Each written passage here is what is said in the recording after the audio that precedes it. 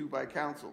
Circumstantial evidence is proof of facts or circumstances by direct evidence from which you may reasonably infer other related or connected facts which naturally and logically follow according to the common experience of people. To infer or to make an inference is to reach a reasonable conclusion of fact which you may but are not required to make from other facts which you find have been established by direct evidence. Whether an inference is made rests entirely with you. You may not make one inference from another inference, but you may draw more than one inference from the same facts or circumstances. Direct evidence and circumstantial evidence are of equal weight. You may consider both direct and circumstantial evidence. You must decide from all the direct and circumstantial evidence taken together whether the state has proven all the essential elements of the charged offenses beyond a reasonable doubt. The evidence does not include the indictment or any statement made by counsel during the trial unless the statement was an admission or agreement of certain facts. The opening statements and closing arguments are not evidence. They are designed to assist you in evaluating the evidence. The evidence does not include any statements or answers that were stricken by the court or that you were instructed to disregard. Stricken statements and answers must be treated as though you never heard them. You must not speculate why an objection was sustained to any question or what the answer to that question might have been. You must not draw any inference or speculate on the truth of any suggestion included in a question that was not answered. A number of exhibits and testimony relating to them have been introduced throughout the trial. You will decide what weight, if any, the exhibits should be given in light of the evidence. These exhibits may include, but are not limited to, documents, reports, video, audio exhibits, and other physical items. The numbering or lettering of the exhibits that you take to the jury room may not follow consecutively. There are several reasons for this. An exhibit may not have been submitted by the party who produced it during the trial, or the court may not have admitted an exhibit because of a legal or procedural reason or ruling. Do not draw any inference because you do not have a particular exhibit. You will have in the jury room the verdict forms and all the exhibits received in the evidence during the course of the trial. You may not be given any other exhibits during your deliberations, including trial transcripts. The lawyers are permitted to stipulate that certain facts exist. This means that both sides agree those facts do exist and are part of the evidence. You are to treat a stipulation as any other evidence. You are the judges of the facts, the credibility of the witnesses, and the weight of the evidence. To weigh the evidence, you must consider the credibility of the witnesses. You will use the test of truthfulness that you use in your daily lives.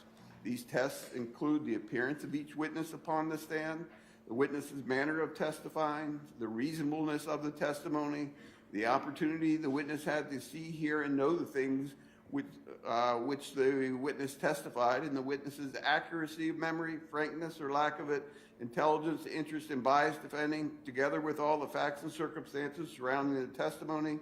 Use these tests and assign each witness such weight as you deem proper. You are not required to believe the testimony of any witness simply because the witness was under oath. You may believe or disbelieve all or any part of the testimony of any witness. It is your duty to decide what the testimony to be believed and what the testimony not to be believed. You should not decide any issue of fact merely on the basis of the number of witnesses who testify on each side of an issue. Rather, the final test in judging evidence should be the force and weight of the evidence, regardless of the number of witnesses on each side who testify to an issue. The testimony of one witness, if believed by you, is sufficient to prove any disputed fact. Also, discrepancies in a witness's testimony or between their testimony and that of others, if there are any, does not necessarily mean you should disbelieve the witness, as people commonly forget facts or recall them differently after the passage of time. You are all aware of the fact that two persons who are witnesses to an incident may often see or hear it differently. In considering the discrepancy of any witness, you should consider whether such difference concerns an important fact or a trivial one. Generally, a witness may not express an opinion. However, one engaged in a particular profession may express his opinion because of his education, knowledge, and experience. Such testimony is admitted for whatever assistance it may provide you to help you arrive at a just verdict. As with other witnesses, as with other witnesses, upon you or alone rests the duty of deciding what weight should be given to the testimony of the experts. In determining its weight, you may take into consideration their skill, experience, knowledge, veracity, familiarity with the facts of this case, and the usual rules for testing credibility and determining the weight to be given to the testimony. Hypothetical questions which instructed the expert to assume that certain facts were true and to give an opinion based upon such assumptions have been asked. You must determine whether the assumed facts upon which the expert based his opinion are true. If any assumed fact was not established, you will determine its effect upon the opinion of the expert. It is not necessary that the defendant take the stand in his own defense. He has a constitutional right not to testify. The fact that the defendant did not testify must not be considered for any purpose. The charges set forth in each count of the indictment constitutes a separate and distinct matter. You must consider each count and the evidence applicable to each count separately, and you must state your finding as to each count uninfluenced by your verdict as to any other count. The defendant may be found guilty or not guilty of any one or all of the offenses charged in this case. The court will now outline and define the specific issues involved in this case. Count 1, the defendant is charged with felonious assault in count 1 of the indictment. Before you can find the defendant guilty of felonious assault as set forth in count 1, you must find beyond a reasonable doubt that on or about the 24th day of August 2023 in Franklin County, Ohio, the defendant knowingly caused serious physical harm to T.Y. A person acts knowingly, regardless of purpose, when the person is aware that the person's conduct will probably cause a certain result. A person has knowledge of circumstances when the person is aware that such circumstances probably exist. Because you cannot look into the mind of another, knowledge is determined from all the facts and circumstances and evidence. You will determine from these facts and circumstances whether there existed at the time in the mind of the defendant an awareness of the high probability that T.Y. would suffer serious physical harm. Cause is an essential element of the offense. Cause is an act or failure to act that is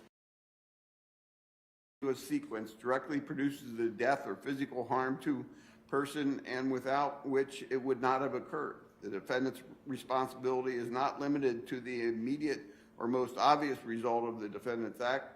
The defendant is also responsible for the natural and foreseeable consequences or results that follow in the ordinary course of events from the act or failure to act. Serious physical harm to persons means any of the following. Any mental illness or condition of such gravity would normally require hospitalization or prolonged psychiatric treatment. Any physical harm that carries a substantial risk of death. Any physical harm that involves some temporary harm that involves some permanent disfigurement or involves some temporary serious disfigurement. Any physical harm that involves acute pain of such duration as to result in substantial pain. The defendant maintains that his use of deadly force against T.Y. was reasonable and lawful in the exercise of his official duties as a police officer and therefore justified because he feared that the actions of T.Y. would cause death or serious physical harm to the defendant. To establish using deadly force by a preponderance of the evidence. Preponderance of the evidence is the greater weight of the evidence. That is, evidence that you believe because it outweighs or overbalances in your mind the evidence as the evidence opposed to it. A preponderance means evidence that is more probable, more persuasive, or of greater probative value.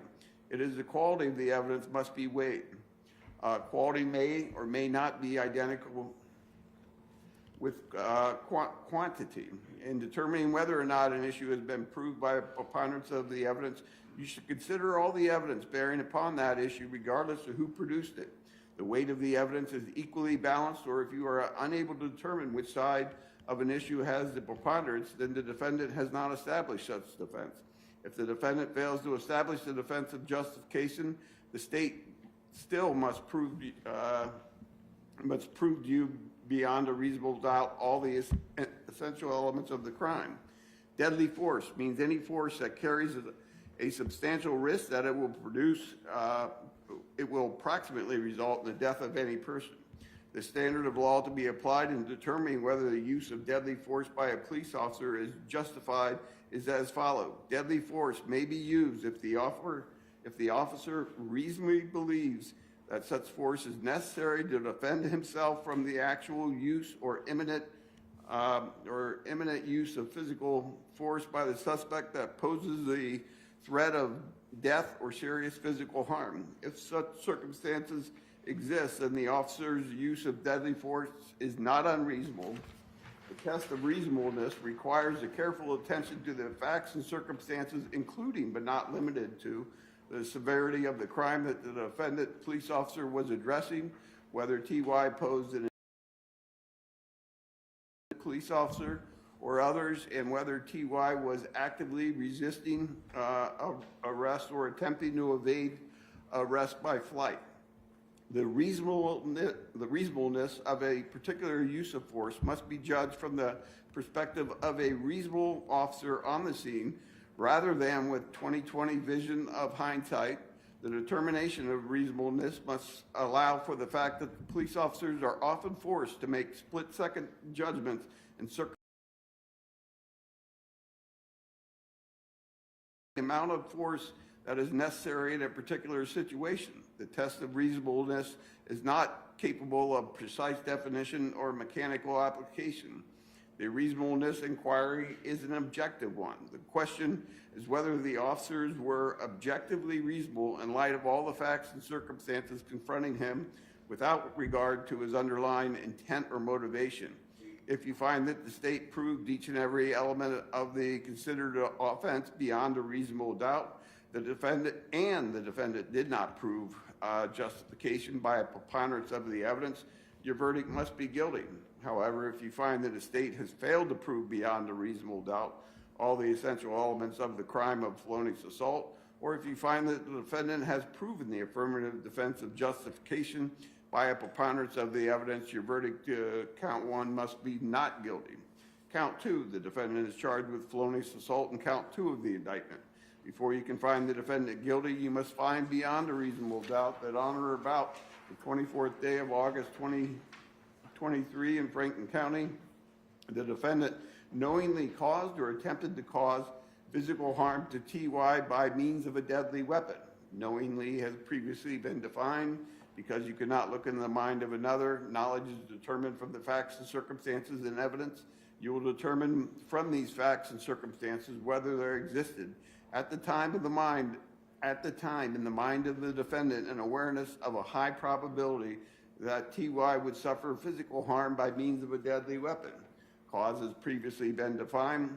Physical harm to person means any injury, illness, or other physiological impairment, regardless of its gravity or duration. An attempt occurs when a person knowingly engages in conduct, if successful, would result in physical harm. Deadly weapons means any instrument, device, or thing capable of inflicting death and designed or specifically adapted for use as a weapon or possessed, carried, or used as a weapon. A deadly weapon is an instrument, device, or thing that has two characteristics. The first characteristic is that it is capable of inflicting or causing death. The second characteristic is in the alternative. Device or thing was designed or specifically adapted for use as a weapon, or it was possessed, carried, or used in this case as a weapon. These are questions of fact for you to determine. The defendant is alleging the affirmative defense of justification in count two. To establish this defense, this defense of justification, the defendant must prove that he was justified in using deadly force by a preponderance of the evidence. Preponderance of the evidence, deadly force, and reasonableness have been previously explained for you. If you find that the state proved each and every element of the considered offense beyond a reasonable doubt, and the defendant did not prove justification by a preponderance of the evidence, your verdict must be guilty. However, if you find that the state has failed to prove beyond a reasonable doubt all the essential elements of the crime of felonious assault, or if you find the defendant has proved the affirmative defense of justification by a preponderance of the evidence, your verdict, count 2, must be not guilty. Count 3. The defendant is charged with murder in count 3 of the indictment. Before you can find the defendant guilty of murder as set forth in count 3, you must find that the state has proven beyond a reasonable doubt that on or about the 24th day of August 2023 in Franklin County, Ohio, the defendant caused the death of T.Y. as a proximate result of the defendant committing or attempting to commit felonious assault, serious physical harm, as an offense of violence and a felony of the first or second degree. Cause has previously been defined. Before you can find the defendant was committing or attempting to commit a felonious assault, you must find beyond a reasonable doubt that the defendant knowingly caused serious physical harm to T.Y. Knowingly has previously been defined for you under count 1 on pages 5 to 6. Cause has previously been defined. Serious physical harm has previously been defined. The defendant is alleging the defense of justification in count 3. To establish this defense of justification, the defendant must prove that he was justified in using deadly force by a preponderance of the evidence. Preponderance of the evidence, deadly force and reasonableness have previously been explained for you. If you find the defendant proved each and every element of the considered offense beyond a reasonable doubt, and the defendant did not prove justification by a preponderance of the evidence, your verdict must be guilty. However, if you find that the state has failed to prove beyond a reasonable doubt all the essential elements of the crime of murder, or if you find the defendant has proven the affirmative defense of justification by a preponderance of the evidence, your verdict as to count 3 must be not guilty. Count 4, the defendant is charged with murder in count 4 of the indictment. Before you can find the defendant guilty of murder as set forth in count 4, you must find that the state has proved beyond a reasonable doubt that on or about the 24th day of August 2023 in Franklin County, Ohio, the defendant caused the death of T.Y. as a proximate result of the defendant committing or attempting to commit felonious assault, deadly weapon, an offense of violence, and a felony of the first or second degree. Cause has previously been defined. Before you can find the defendant was committing or attempting to commit a felonious assault, you must find beyond a reasonable doubt that the defendant knowingly caused or attempted to cause physical harm to T.Y. by means of a deadly weapon. Knowingly has previously been defined for you under count 1 on page 9. Cause has previously been defined. Physical harm to persons has previously been defined. Attempt has previously been defined. Deadly weapon has previously been defined. The defendant is alleging the affirmative defense of justification and count, it should be count 4. And just for counsel with the, when I referred to count 1, should that be count 2 on page 9? On page 11, 3 lines up. Yes, sir. We'll get you amended ones. The defendant is alleging the defense of justification in count 4. To establish this defense of justification, the defendant must prove that he was justified in using deadly force by preponderance of the evidence. Preponderance of the evidence, deadly force, and reasonableness have previously been defined for you. If you find the state proved each and every element of the considered offense beyond a reasonable doubt, and the defendant did not prove justification by a preponderance of the evidence, your verdict must be guilty. However, if you find that the state has failed to prove beyond a reasonable doubt all the essential elements of the crime of murder, or if you find the defendant has proven the affirmative defense of justification by a preponderance of the evidence, your verdict as to count 4 must be not guilty.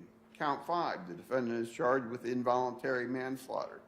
Before you can find the defendant guilty, you must find beyond a reasonable doubt that on or about the 24th day of August 2023 and in, should be Franklin County, Ohio, the defendant caused the unlawful termination of the pregnancy of T.Y. as a proximate result of committing or attempting to commit assault, serious physical harm against T.Y. Cause has previously been defined. Unlawful termination of another's pregnancy means causing the death of an unborn member of the species Homo sapiens who is or was carried in the womb of another as a result of injuries inflicted during the period that begins with fertilization and continues unless and until live birth occurs. Before you can find the defendant was committing or attempting to commit a felonious assault, you must find beyond a reasonable doubt that the defendant knowingly caused serious physical harm. Knowingly has previously been defined under count 1 on pages 5 and 6. Cause has previously been defined. Serious physical harm has previously been defined. The defendant is alleging affirmative defense of justification in count 5. To establish this defense of justification, the defendant must prove that he was justified in using deadly force by a preponderance of the evidence. Preponderance of the evidence, deadly force, and reasonableness have previously been explained to you. If you find that the state proved each and every element of the considered offense beyond a reasonable doubt and the defendant did not prove justification by a preponderance of the evidence, your verdict must be guilty. However, if you find that the state has failed to prove beyond a reasonable doubt all the essential elements of the crime of involuntary manslaughter, or if you find the defendant has proven the affirmative defense of justification by a preponderance of the evidence, your verdict as to count 5 must be not guilty. Count 6. The defendant is charged with involuntary manslaughter. Before you can find the defendant guilty, you must find beyond a reasonable doubt that on or about the 24th day of August 2023 and in Franklin County, Ohio, the defendant caused the unlawful termination of the pregnancy of TY as a proximate result of committing felonious assault deadly weapon against TY. Cause has previously been defined. Unlawful termination of another's pregnancy has previously been defined.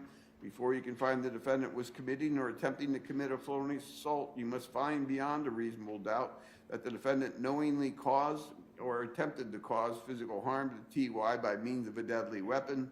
Knowingly has previously been defined for you under count 2 on page 9. Cause has been previously defined. Physical harm to person has previously been defined. Attempt has previously been defined. Deadly weapon has previously been defined.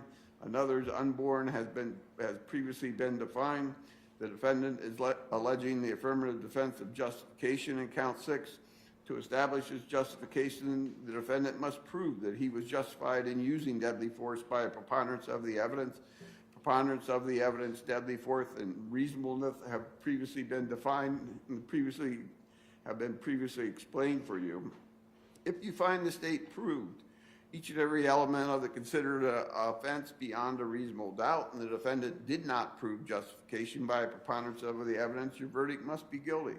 However, if you find that the state has failed to prove beyond a reasonable doubt all the essential elements of the crime of involuntary manslaughter, or if you find that the defendant has proven the affirmative defense of justification by a preponderance of the evidence, your verdict as to count 6 must be not guilty.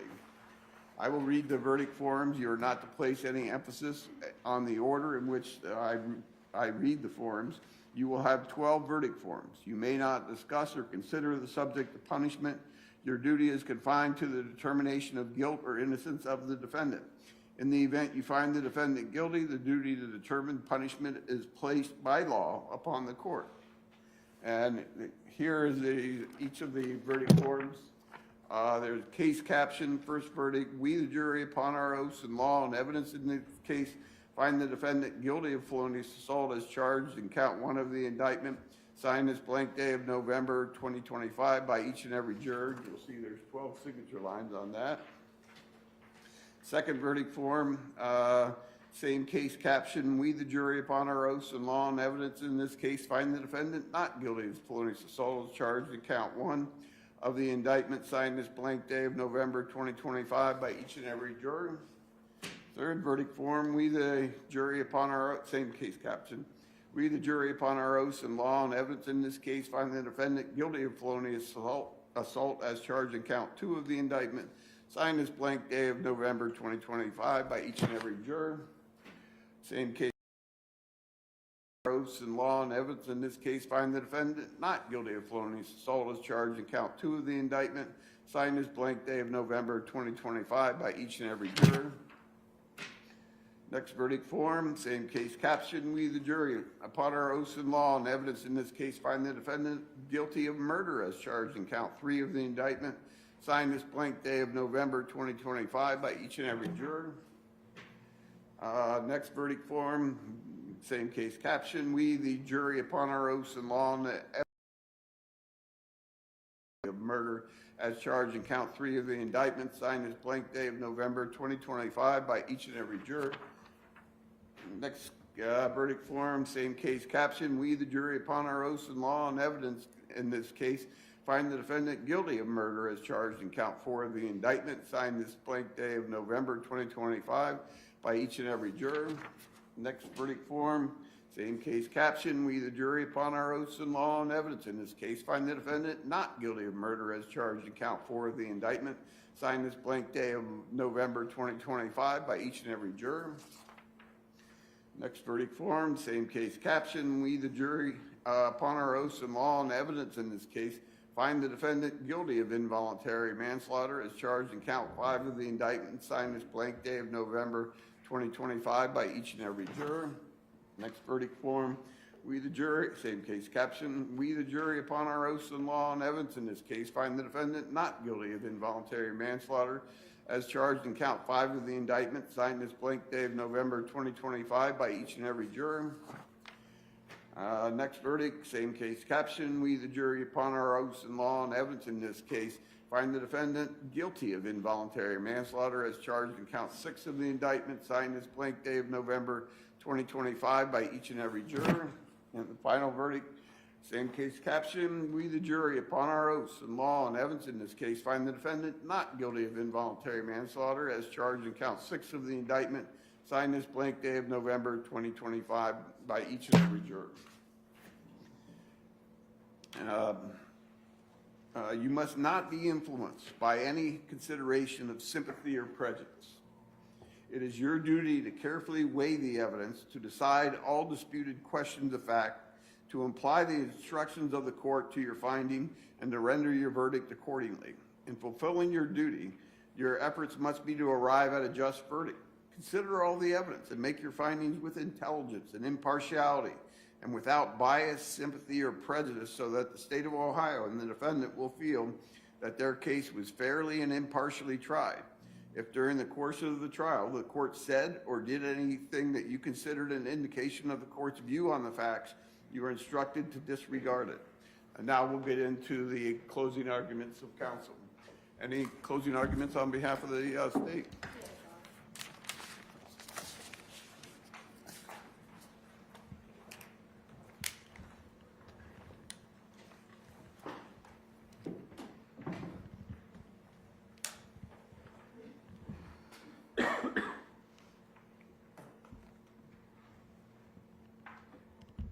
Good morning, Your Honor, my co-counsel and defense counsel, and ladies and gentlemen of the jury. This case is before you because on August 24th, 2023, the defendant, Connor Grubb, used deadly force against Takaya Young when he shot through that windshield of her car, ending her life. And by ending her life, ending the life inside of her. The evidence has established that the defendant did shoot and kill Takaya Young. And in this trial, you learned about what happened on August 24th, 2023, in that Kroger parking lot. You've been to the Kroger parking lot. It feels like it was a while ago now. But you've seen the 2 videos that captured the incident in the parking lot. And you've seen the body-worn cameras of both Sergeant Eric Moynihan and the defendant. And many of the facts in this case aren't in dispute.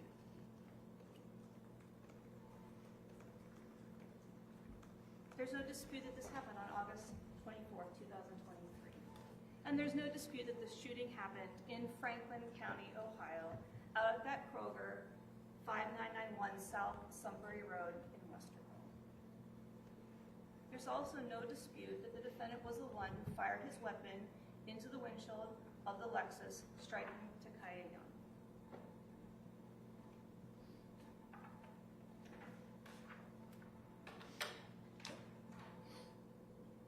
and the evidence supported that.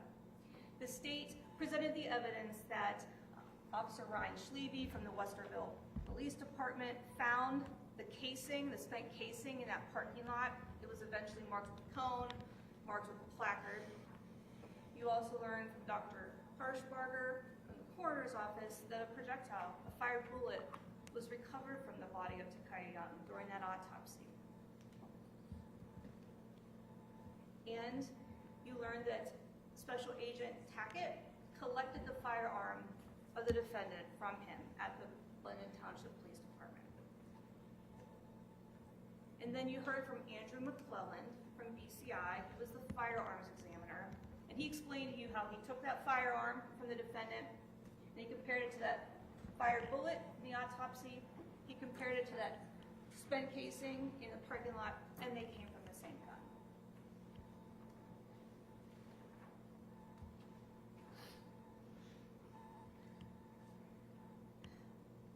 There's also no disputing the objective evidence that was shown to you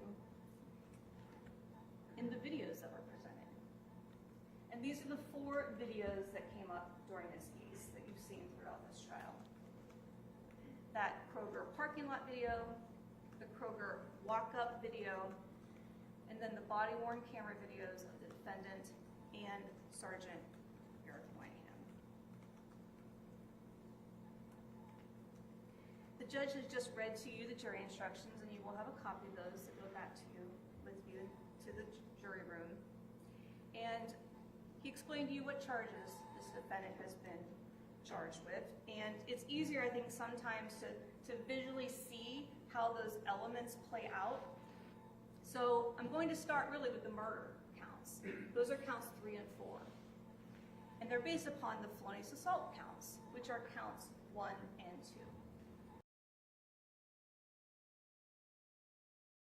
2. Maybe you didn't know this at the time, but there are different offenses that meet the same behavior, and the state can charge each of those. And that's what we're talking about here. So you have murders based on different kinds of felonious assaults. So here are counts 3 and 4. The defendant caused the death of Takaya Young as a proximate result of committing or attempting to commit felonious assault. And that is a felony of the first or second degree and an offense of violence. So then you have to talk about the underlying offenses. And what the underlying offense is, that's going to be that felonious assault, which is the count 1 and 2 in the indictment. So to the left, the count 3 murder is based on a felonious assault, serious physical harm. On the right, in count 4, that underlying offense is a felonious assault, deadly weapon. Now let's talk about proximate result. Judge just read this to you, but I want to point it out again. The defendant's responsibility is not limited to the immediate or most obvious result of his act.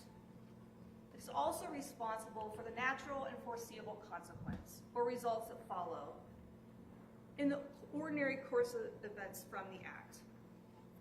So what does that mean?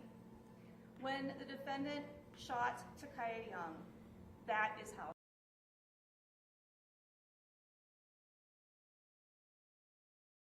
shooting of Takaya. And so that is what the proximate result means. And the doctor explained to you that that's how she died. So let's move on then to the felonious assault counts, which are 1 and 2, and talk about the elements for that. So knowingly applies to both, and the count 1 is cause serious physical harm. Count 2 is cause or attempt to cause physical harm by means of a deadly weapon. In this case, that's going to be that gun to Takaya Young. So the harm is different for each count, but there were about 6 different ways that serious physical harm can be proven. You need to look at B, any physical harm that carries a substantial risk of death. That's the most applicable in this case. We know that she died, and therefore serious physical harm was caused to Takaya Young. And then the other kind of felonious assault requires physical harm, which is any injury, illness. Obviously, if we have serious physical harm, we're going to have physical harm. Now, knowingly. A person acts knowingly, regardless of purpose when the person is aware that the person's conduct will probably cause a certain result.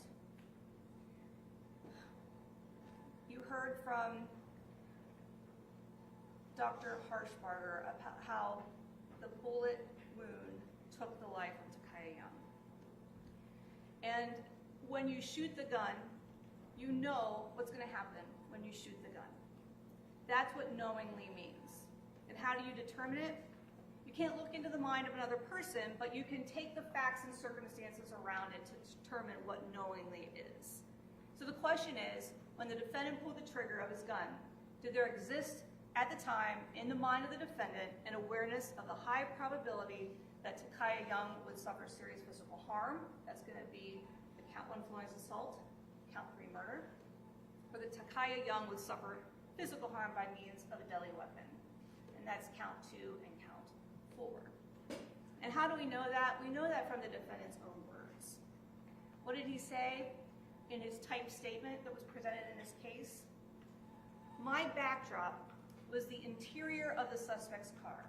My target was the suspect's center mass.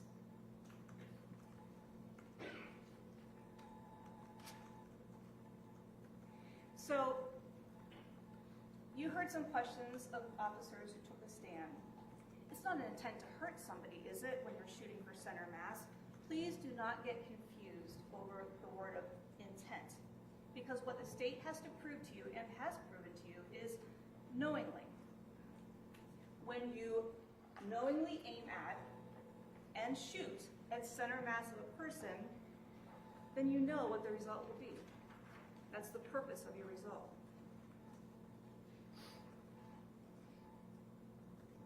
And how do we know that that was what the defendant was trying to do? Shoot center mass, cause serious physical harm, or cause or attempt to cause physical harm with that gun?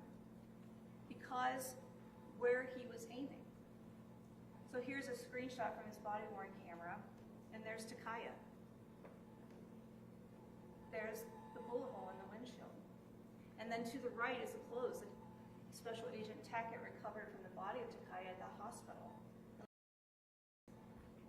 And then you heard from the coroner about that specific injury. He removed that bullet during the autopsy. It entered her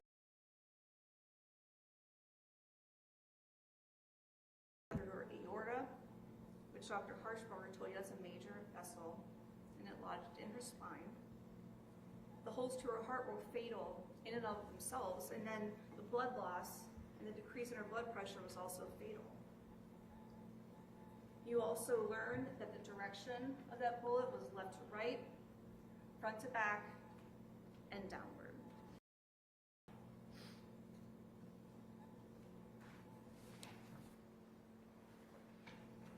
So again, a person has knowledge of circumstances when the person is aware that such circumstances probably exist. You can't say, oh, I didn't intend to kill, I was just stopping the threat. But by stopping the threat, you are knowingly causing serious physical harm.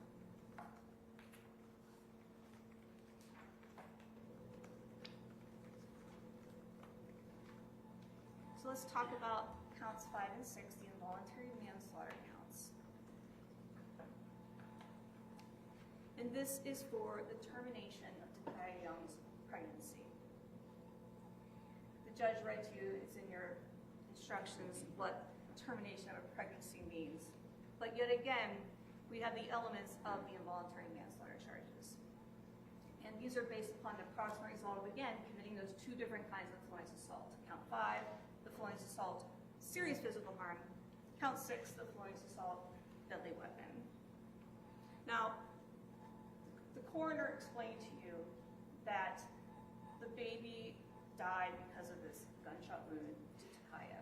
The baby hadn't died in utero beforehand, and we also know that because in her car was an ultrasound, and that was taken the day before this happened, August 23rd, 2023. And it gave 26 weeks, 2 days. That baby died because of this gunshot and no other reason. Dr. Harshbarger also told you, in his opinion, that fetus was 25 to 28 weeks and there was no evidence of the baby dying before this happened. So just like the proximate result in the first counts of murder, now we have the felonious assault ended the pregnancy of Takaya Young. And I want to point out, in those jury instructions that you have, nowhere in those jury instructions requires the state to prove the defendant knew she was pregnant. That is not something the state has to prove for the counts before you.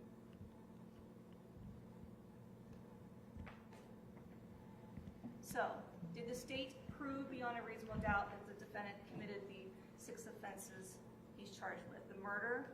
Yes. The felonious assaults? Yes. The unlawful termination of a pregnancy, involuntary manslaughters? Yes.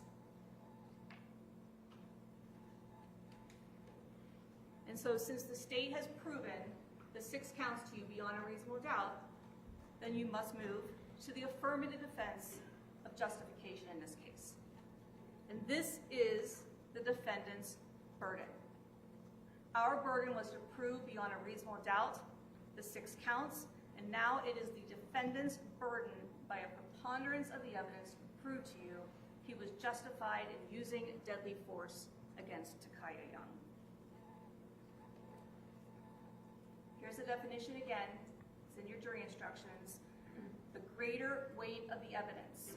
That is, evidence that you believe because it outweighs or overbalances in your minds the evidence opposed to it. And it is a tipping of the scale. This is the legal definition of it. But it is the defendant's burden, and you can consider all the evidence when making this examination. It doesn't matter who produced the evidence, you can evaluate all of it. That's in the jury instructions. So I want to be clear about something when you are going over whether or not the defendant has met the burden. If the weight of the evidence is equally balanced on this issue, or if you're unable to determine which side of the issue has the preponderance, then the defendant has not met his burden, and you must find the defendant guilty. So what comes up in this defense of justification? Well, the use of deadly force. And it is an objective analysis. Reasonableness. The test for reasonableness is an objective one, in light of all the facts and circumstances confronting him at the time. But you don't put yourself in his shoes. It's the position of a reasonable officer on the scene. What would a reasonable officer have done?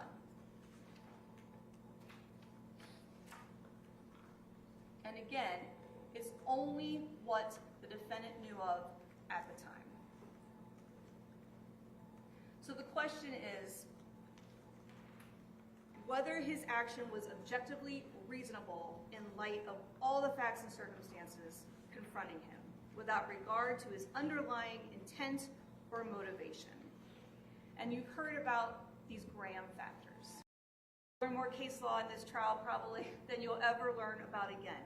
But those Graham factors were brought up many times during this trial. But you are not limited to the Graham factors. Those are specific things that the law has said you must consider, but that's not what you're limited to. I want to remind you of that. So what do we have? The severity of the crime that that officer was addressing, whether Takaya Young posed an immediate threat to the safety of the defendant or others, and was she actively resisting arrest or attempting to evade arrest by flight. So let's talk about some of those. Severity of the crime. We told you from the beginning, Takaya Young stole liquor from that Kroger store. And the Kroger employee had run out and informed Sergeant Moynihan, hey, she stole. That's the information that Sergeant Moynihan would have had at the time. And then the video, the body-worn camera videos of both Moynihan and the defendant show that Officer Grubb would have been in a position to hear Moynihan confronting her about that theft. So that's all the information he would have had when you watched the video. And you heard from Sergeant Eric Moynihan in this trial. He testified in the defense's case. And he told you, I was investigating a theft, and it was a misdemeanor. And he was asked more questions. Well, she wasn't cooperating with you, and she wasn't.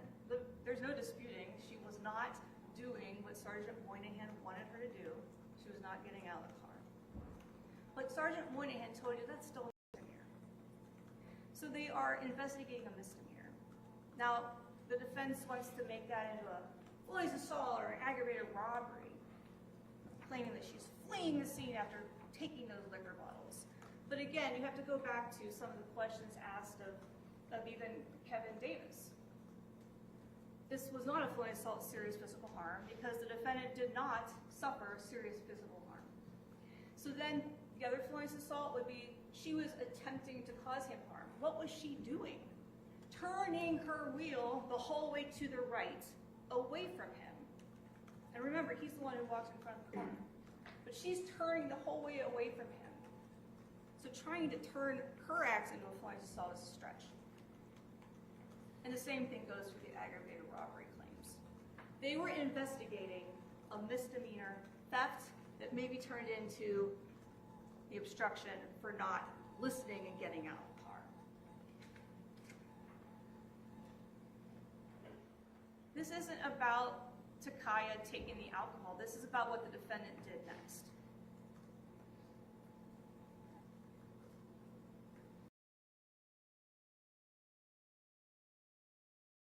Takaya turning her wheel. Remember, the clip of that was played for Kevin Davis. I mean, she hand over hand over hand.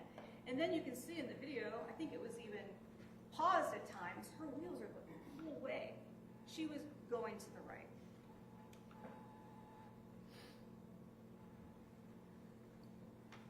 And this also goes into whether or not then Takaya posed the immediate threat to the safety of the defendant or others.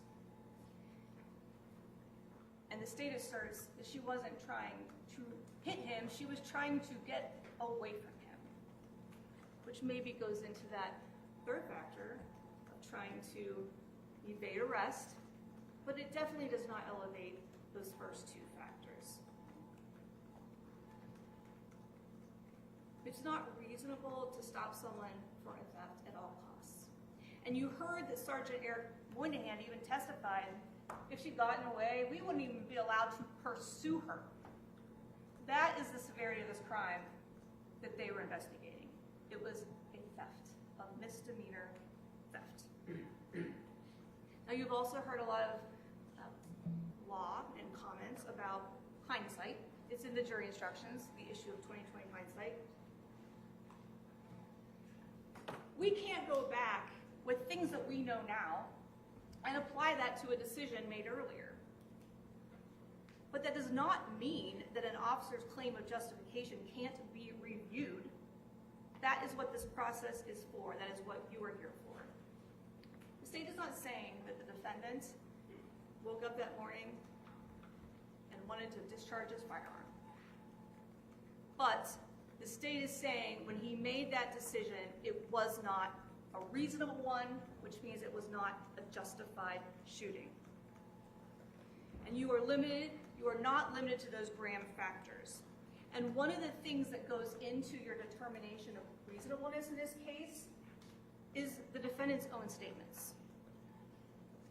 The statements he made at the scene, the statement he made to the medic at the Blenheim Township Police Department, that typed statement that was submitted 2 months later, and then there was an email with some follow-up questions and answers, I think a month or so later.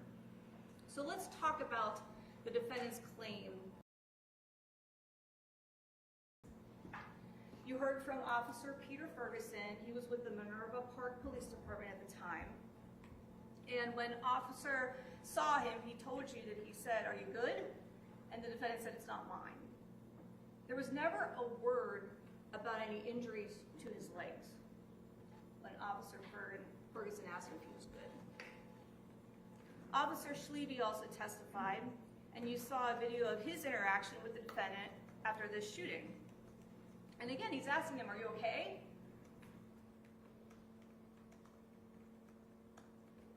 You hurt? I don't think so. Westerville fire to all responding. Is that yours? I'm not sure. Recovery Road, you're clear to enter.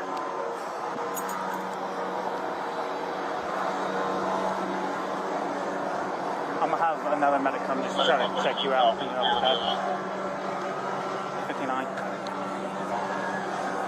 My face is cracked.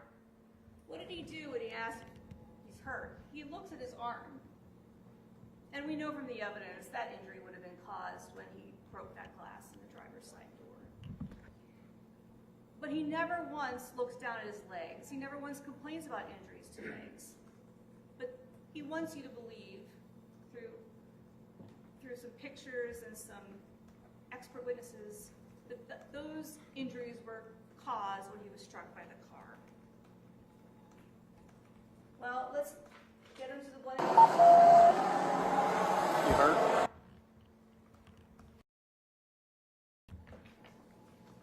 His own statement, the defendant said 2 months later that when he attempted to get Takaya out of the car started moving forward again and I fell to the ground. So when I was talking to the defense witness, Dr. DeMolin, he never when he got struck by the car. But he did ultimately admit, okay, it would have been caused, it could have been caused when he fell to the ground. And the body-worn camera shows that this happened in addition to these words.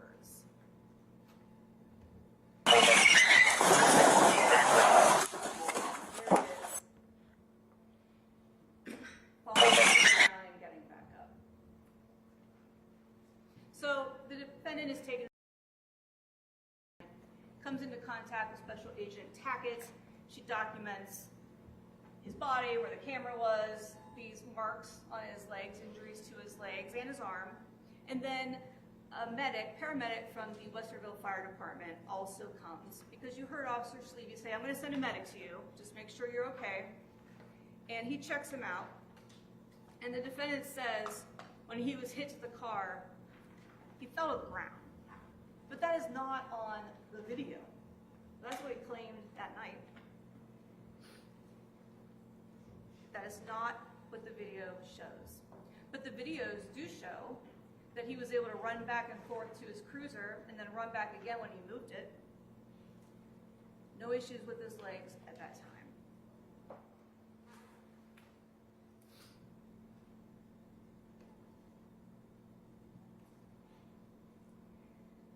Facts and circumstances to consider in this reasonableness determination.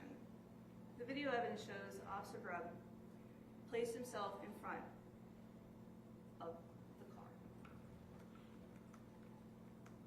And you've seen the video of him doing that. It's on all the videos. He walks around Sergeant Moynihan, who was calmly dealing with Takaya, and he puts himself in front of that car. Now, there's also lots of questions about, wasn't it really important to know it's dangerous out there? And it is. But there was discussion about how, with the change in our laws about carrying weapons in Ohio, officers are concerned there's going to be a lot more guns out there, and that is a risk to their safety. But what does that mean an officer is going to be doing? An officer is going to be watching the hands. Watching the hands. And in this case, from Officer Grubb's position, we can see through his body-worn camera that her hands are right at the top of that steering wheel. So he would be able to see her hands, which means he would be able to see her turning to the right. The body-worn camera of the defendant captures her hand dipping down, and immediately the body-worn camera shows that turn signal go on, and then she's cranking it. And that's something that the defendant's body camera showing what is facing that way captures, but we know he's looking that way because he ultimately shoots Takaya at center mass.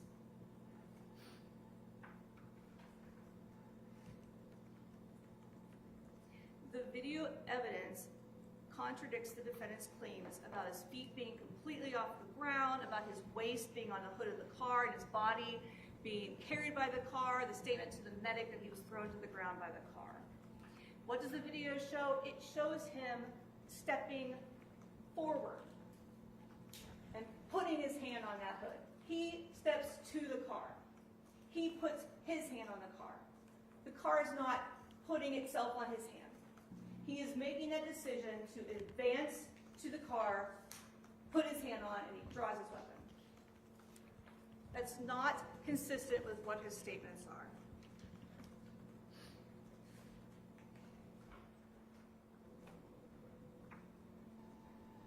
So let's talk about Professor Seth Stoughton. He's a professor at the University of South Carolina Law School. And he is an expert on police practices, use of force. And he talked to you about this case.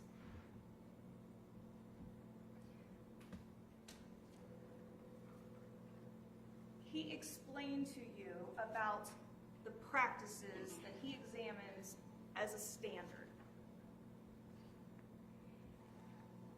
Now, it was interesting how the defense tried to attack him. But let's talk about his opinions. So, in his opinion, as a scholar on police practices and use of force, that it was the defendant's decision to move to and remain in a position in front of her vehicle, and that it was unreasonable. Contrary to generally accepted police practices, constituted officer-created jeopardy and foreseeably contributed to the shooting of Ms. Young. And second, under the circumstances of this case, his decisions to draw his firearm and to use deadly force instead of removing himself from the path of the vehicle was unreasonable and inconsistent with generally accepted police practices. Now, the defense had Kevin Davis. So they kind of contrast each other. And Kevin Davis told you, I was an officer here, he worked for many years in the state of Ohio, and now he's retired and he's a consultant under use of force. And boy, did the defense go after Seth Stoughton because he was never a police officer in Ohio. But ironically, in that attempt to attack Professor Stoughton's credibility for never being a police officer here, remember when Kevin Davis was introducing himself and his experience, he was telling you how he testifies in lots of different states. So I guess it's good enough for Kevin Davis to testify in other states, even though he's not been an officer in them, not good enough for Professor Stoughton.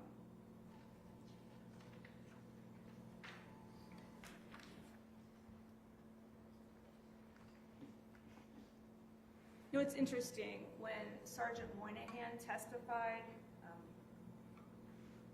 he talked about how he put his hand on the window, and in opening statement you were told that Sergeant Moynihan was dragged along with this car. But when you take the testimony of Sergeant Moynihan, he said, I could have taken my hand off that window at any time. So that's even inconsistent. He was not dragged by the car.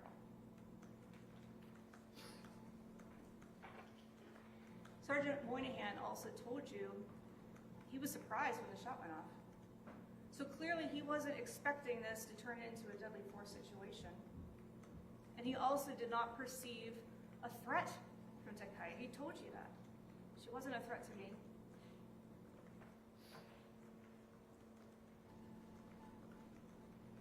But the defendant chose to walk past Sergeant Moynihan, who was trying to take care of the situation, and put himself in front of the car.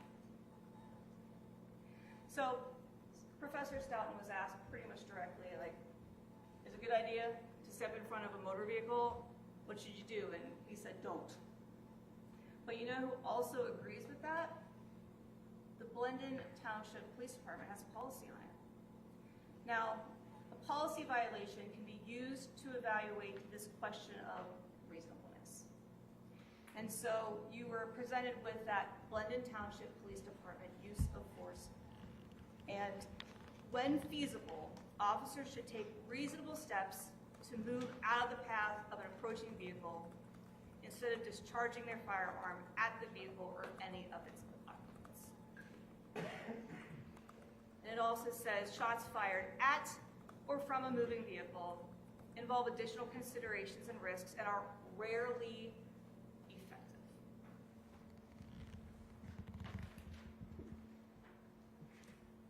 There's a lot of talk about, well, that was the best place for this contact and cover concept, and there's some disagreement about that too. But by placing yourself in front of a vehicle, you're not going to stop the vehicle. The physical presence of a body does not stop the motor vehicle from going forward. And shooting the driver of the vehicle, again, does not stop that vehicle. In fact, it makes the situation more dangerous because now the driver is out of control. And I think you heard testimony, the car almost becomes like a missile. But Kevin Davis wants you to believe, and other witnesses want to tell you, that it was fine for him to be in front of that car. Now, let me also talk about the defense cross-examination of Professor Stoughton. He was confronted with this statement here, a little bit small. You don't have any citations in here. You don't have any citations. He tried to explain, it's an introductory paragraph. You don't have citations. Show me the citations. But ironically, if you give the whole page of that report, the defense counsel cut off the sentence 2 words short, and then what happened? Citation, citation, citation. Well, that's a little disingenuous in a cross-examination when you didn't even give him the whole quote. And then an attack on anonymous, what is it, rate my professor evaluations? That's what they got? That's what they got to attack Sestell. None of that at all goes towards the evidence that would support their burden of justification. There was also some attacks on witnesses for being paid. I didn't even ask Dr. Desmolin if he was getting paid. Is it really surprising to you for their testimony? I didn't even ask. Of course he's getting paid, all of them. And in fact, Professor Stoughton and Dr. Bauer put their rates in the report so the defense knew what to ask them about, how much their hourly rates were. Again, just another way to try to distract you from what they're going to tell you. Oh, they're getting paid. So were their witnesses for Dr. DeMolin and Kevin Davis.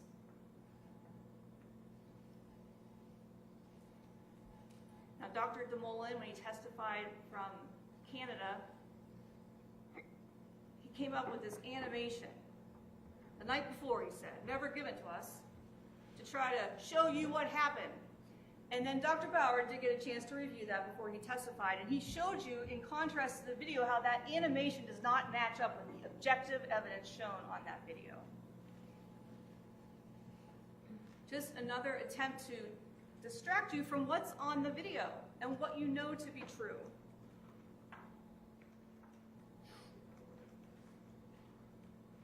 And why do you even need an animation when you have those 4 videos? Talk about timing. Dr. DeMolin, the defense wants you to believe this is all this magical, like 1.66 second, snap your fingers decision. But they're not starting the timing when it started. And Professor Stoughton had a chart that was shown to you about timing, and here it is.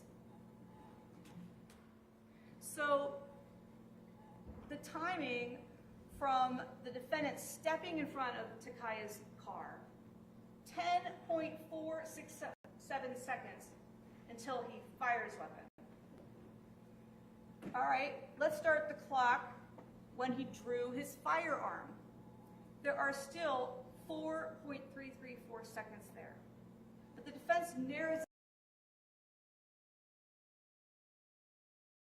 Obviously, if you back up the timing, there's more thought, more chance to get out of the way. It goes to reasonableness.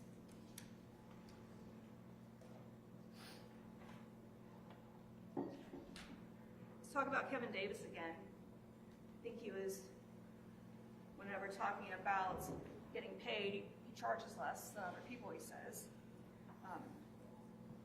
But I think it's kind of interesting, his report, until the weekend before he testified, had the wrong defendant's name in it and the wrong victim's name in it. That's curious.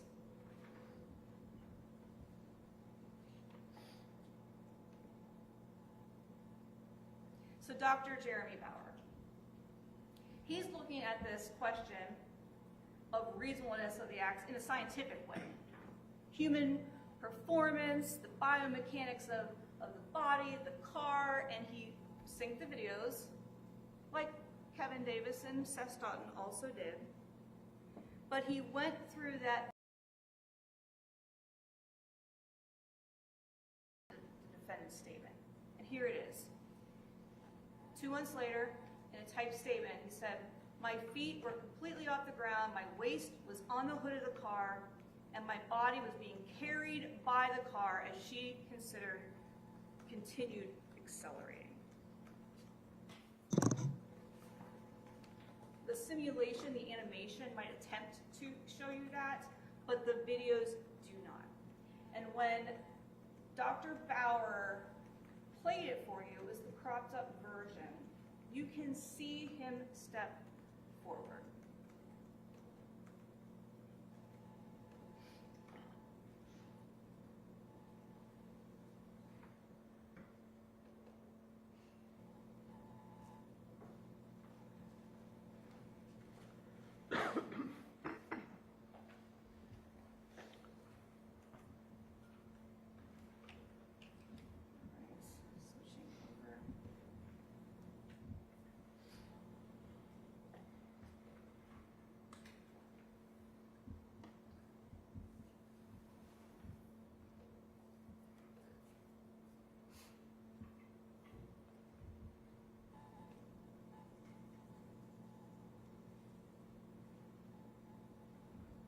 Are we on?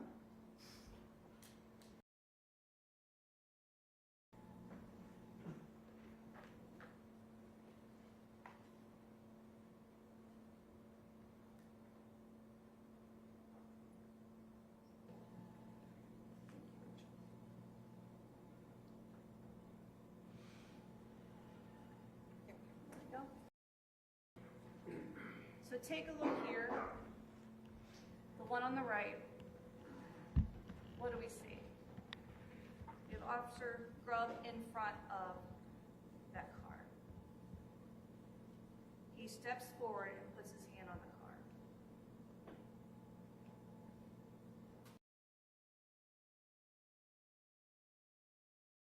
With that car, not the other way around.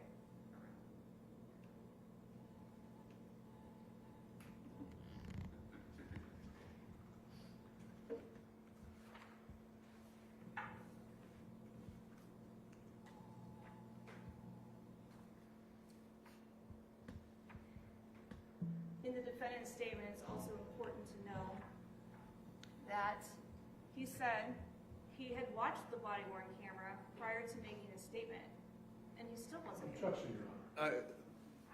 Take, Absolutely incorrect. That is. 100%. approach.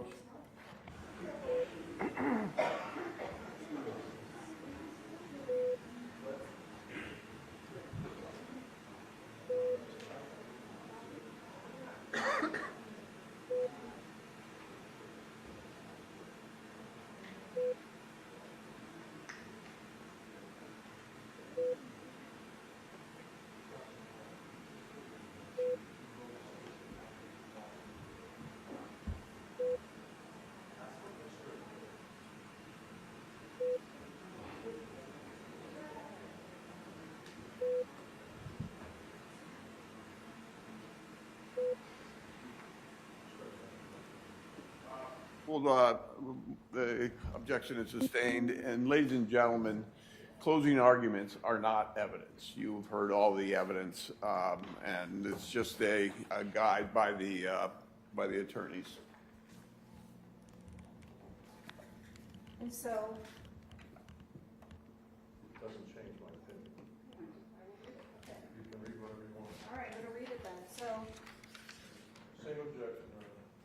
in the statement of Officer Connor Grubb that was submitted to you as evidence, it's typed, "I have now had an opportunity to review the body worn camera footage of the incident." Those are his words in the statement. And absolutely, Your Honor, that does not mean that he saw it, before he wrote a statement. Note your objection. Strike that word, Your Honor. Overruled.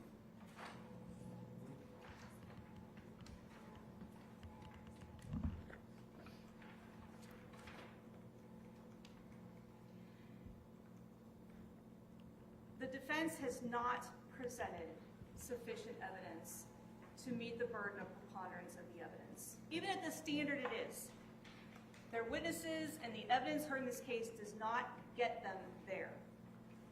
And because the evidence does not support their burden of justification, you must find the defendant guilty of the murders and the felonious assaults and the involuntary manslaughters. Thank you. I have to read this one more time. Carmen will scream at me if I don't give her a break. Do not discuss this case among yourselves. Do not permit anyone to discuss it with you or in your presence. It is your duty not to form or express an opinion on the case until it is finally submitted to you. Probably about 15 minutes. All rise.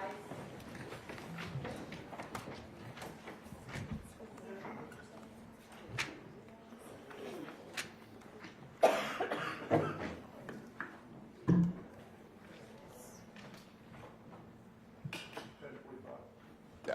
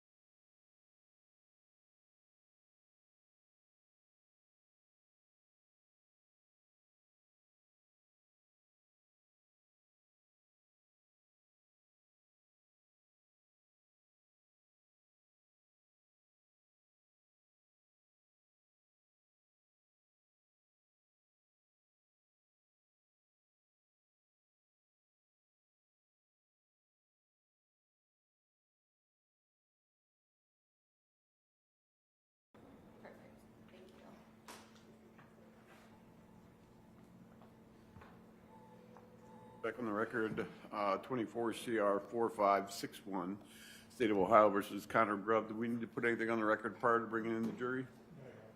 No, Your Honor. Let's go get the jury. Maybe you needed a break. I needed a break after reading all that instructions.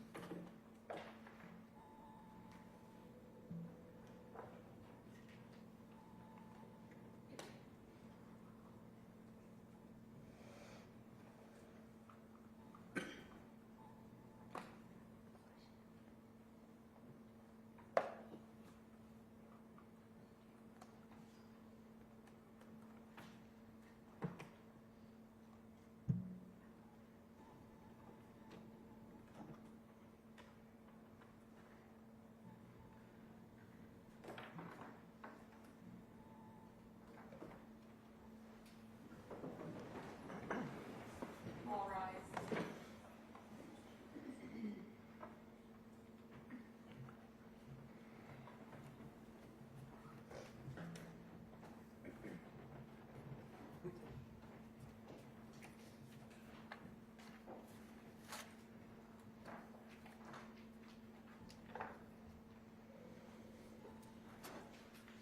You can have a seat. Any closing argument on behalf of the defense? Yes, sir. Are you set up? You may.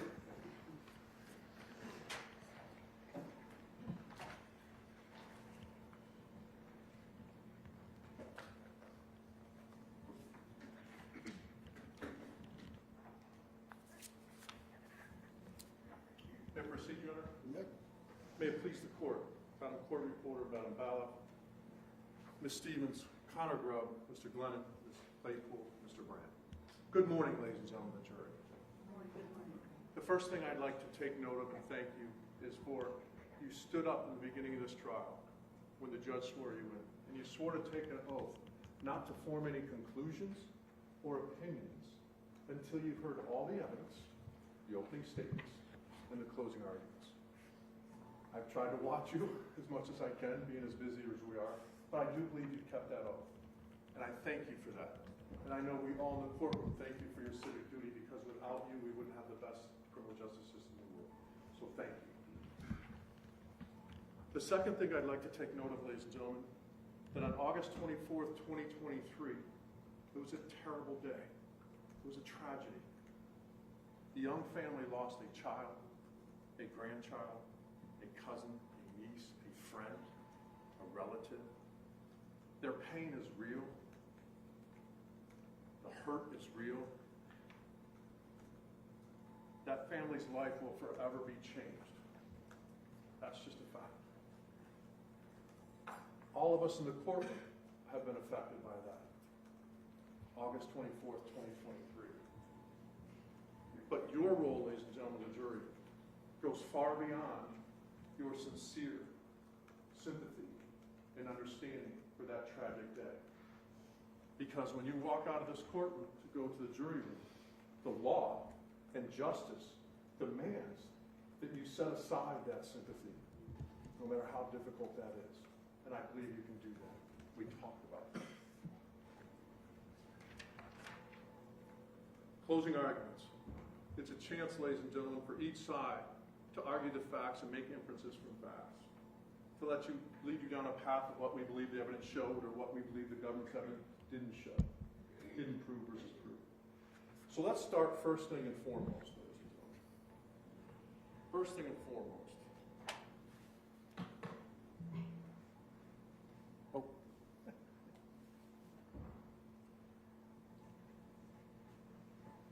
First and foremost, in closing arguments, this is the defense of Connor Grubb. That person there, no matter how many times they call him a defendant, his name is Connor Grubb. He's a human being, and he served his country honorably in the Marines. and received an honorable discharge and then immediately went into serving his community as a police officer. His name is Connor Grubb, no matter how many times she calls him a defendant. The basic analysis in the closing arguments, ladies and gentlemen, is first and foremost, you have to decide whether or not the government met their burden, okay? If they don't meet their burden of proof, your analysis stops. If they meet their burden of proof, then it shifts to us, okay? That's the basic premise here. If we meet our burden, the lower burden, I'll go over that trumps their burden, no matter what, okay? It's that simple. So let's examine each of the burdens, ladies and gentlemen. The prosecution, ladies and gentlemen, has the incredibly high burden, it's the highest in our system, of proof beyond a reasonable doubt. Proof of such nature, you would rely upon it in the most important of your own affairs. Surgery for a loved one, care for an elderly parent, who to watch your child, those types of things, all the way over there when we were talking about it. And it's not close. The government doesn't have to partially do it. They don't have to come close or even tie. It must be proof beyond a reasonable doubt. Doubt based on reason and common sense. They can't almost prove it, and they must prove each and every element. And again, we're not contesting most any element except the mental element here, ladies and gentlemen. The mental element. It's a very hard thing for the government to do, as the judge will instruct you. And if they fail, there's only one verdict, not guilty. And all the elements are required to be proven not guilty. You can feel, ladies and gentlemen, in your conscience and that common sense, that inner thing that helps you make decisions, something doesn't feel right with their case. That's what you can feel. The reason why, ladies and gentlemen, is because most of their testimony from fact witnesses helped Connor Grubb. They made his actions legal. The factual witnesses that the government put on made his actions legal. There are other witnesses, the opinion witnesses, contradict the law and contradict common sense. Their case in chief contradicts common sense. They don't want you to use your eyes and ears and what you see and watch and interpret. And that's why, ladies and gentlemen, they haven't met their burden. Contradicts common sense in key details. And then you wrap that together with two witnesses, opinion witnesses, who are professional second guessers. Their basic case, ladies and gentlemen, is to take a video showing life-saving measures, take a photo of an unborn fetus, wrap that together with two professional second guessers. That's their case. That's what it is, ladies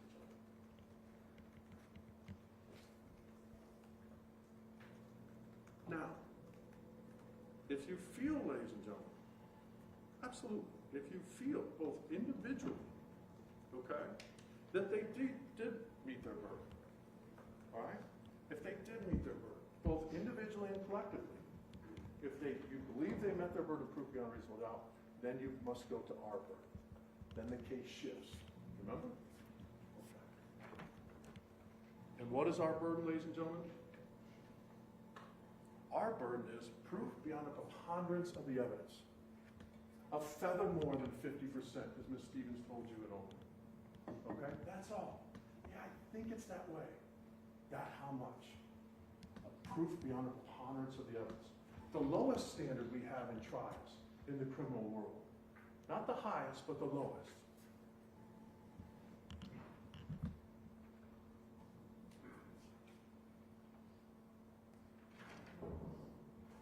Now, our burden and how we proved it, okay? Our burden and how we prove it, and we accept that burden, and we take that burden seriously. Prong number one, and I call them prongs, but this is a concept that we have to prove, and I apologize if my big head is blocking out. Prong number one, Connor believed his life, or someone else's, was in danger of death or serious harm. That's what we have to prove, prong number one. More likely than not, a tipping of the scales, a feather more than 50%. Prong number two, his decision to use deadly force was reasonable, based on through the eyes of a reasonable officer stepping into the shoes of Connor Grubb, knowing what Connor Grubb knew at that time and was experienced at that time. That's what we have to prove as well, those two concepts. Okay? So, how do we do that? How do we determine whether or not he had a subjective belief for potential serious physical injury? This case has nothing to do with whether or not those marks on his shins were serious injury or not. That has nothing to do with it. Okay? That's not it. You don't have to have a serious injury. It's the potential, ladies and gentlemen, for that. Let's examine the first prong, okay? The first prong. What's the first prong? Subjective belief. How is that proven? Well, here, ladies and gentlemen, the government actually proves it for us. That's the type of prosecution we have. They actually proved it for us, the subjective belief. Their expert, Dr. Bauer, I asked him, you testified before September 30th under oath. Yes. You testified in front of you guys on November the 14th. I specifically asked him, and I quote,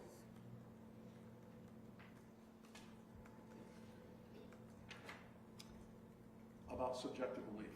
And his answer, and he confirmed it twice, I'm not saying he didn't have a subjective belief of serious bodily injury. That was from their expert, Dr. Bauer. Not once, but twice testifying, I'm not saying he didn't have a subjective belief of serious bodily harm. Their own witness does that for us. Okay?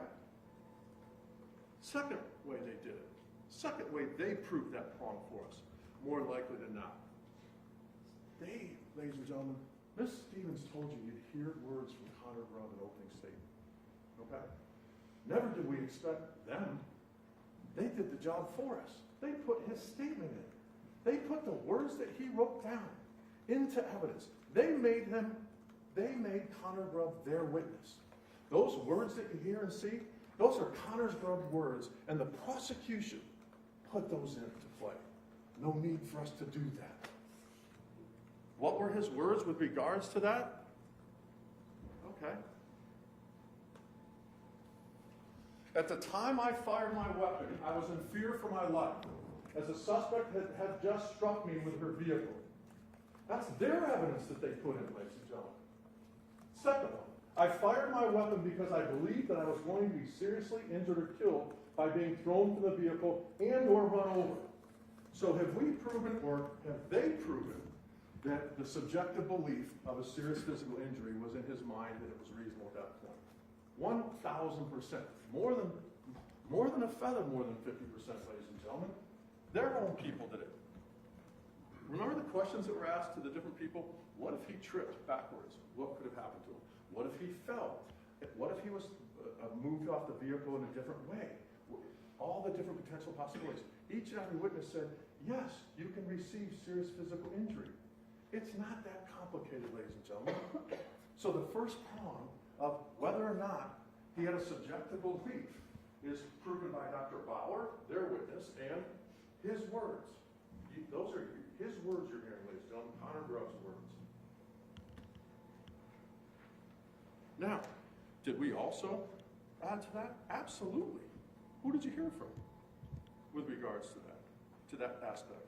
Each and every officer that they called said, yeah, you've had some threat, you can get hurt. Absolutely. If you believe that, would you respond? Yes. So, have we proven the first prong more likely than not by a feather that he had a belief, a subjective belief of serious physical harm, the potential for that? Yes, ladies and gentlemen, is the answer to that. Now, let's go to the second prong, okay? And the second prong is the aspect of reasonableness, all right? Decision to use deadly force was reasonable. Through the eyes of a reasonable officer standing in Connor's shoes without 20/20 hindsight, and most importantly, ladies and gentlemen, how we analyze those are the Graham factors, okay? Severity of the crime that prompted the deadly force. Immediate threat, actively resisting and evading. Did you hear Seth Stoughton, the professor, mention those words at all? No. And guess what, ladies and gentlemen? Those three exact phrases are in your jury instructions. The judge read them to you. So, let's examine each one of them, one by one, okay? Because we know that those come from Graham v. Connor. It's not all the legal schooling you're getting or anything like that. That's what your analysis is required. That's why the judge puts them into the jury instructions. That's the law that Seth Stoughton said you must follow. You don't have a choice. Whether you like it or not, you have to follow. Okay? So with regards to that, ladies and gentlemen, the second prong, okay? This is what the prosecution does, ladies and gentlemen. The first analyze the severity of crime. It's not the severity of petty theft. It's not the severity of shoplifting, ladies and gentlemen. Don't get confused. That's a false narrative. It's the severity of the crime, ladies and gentlemen.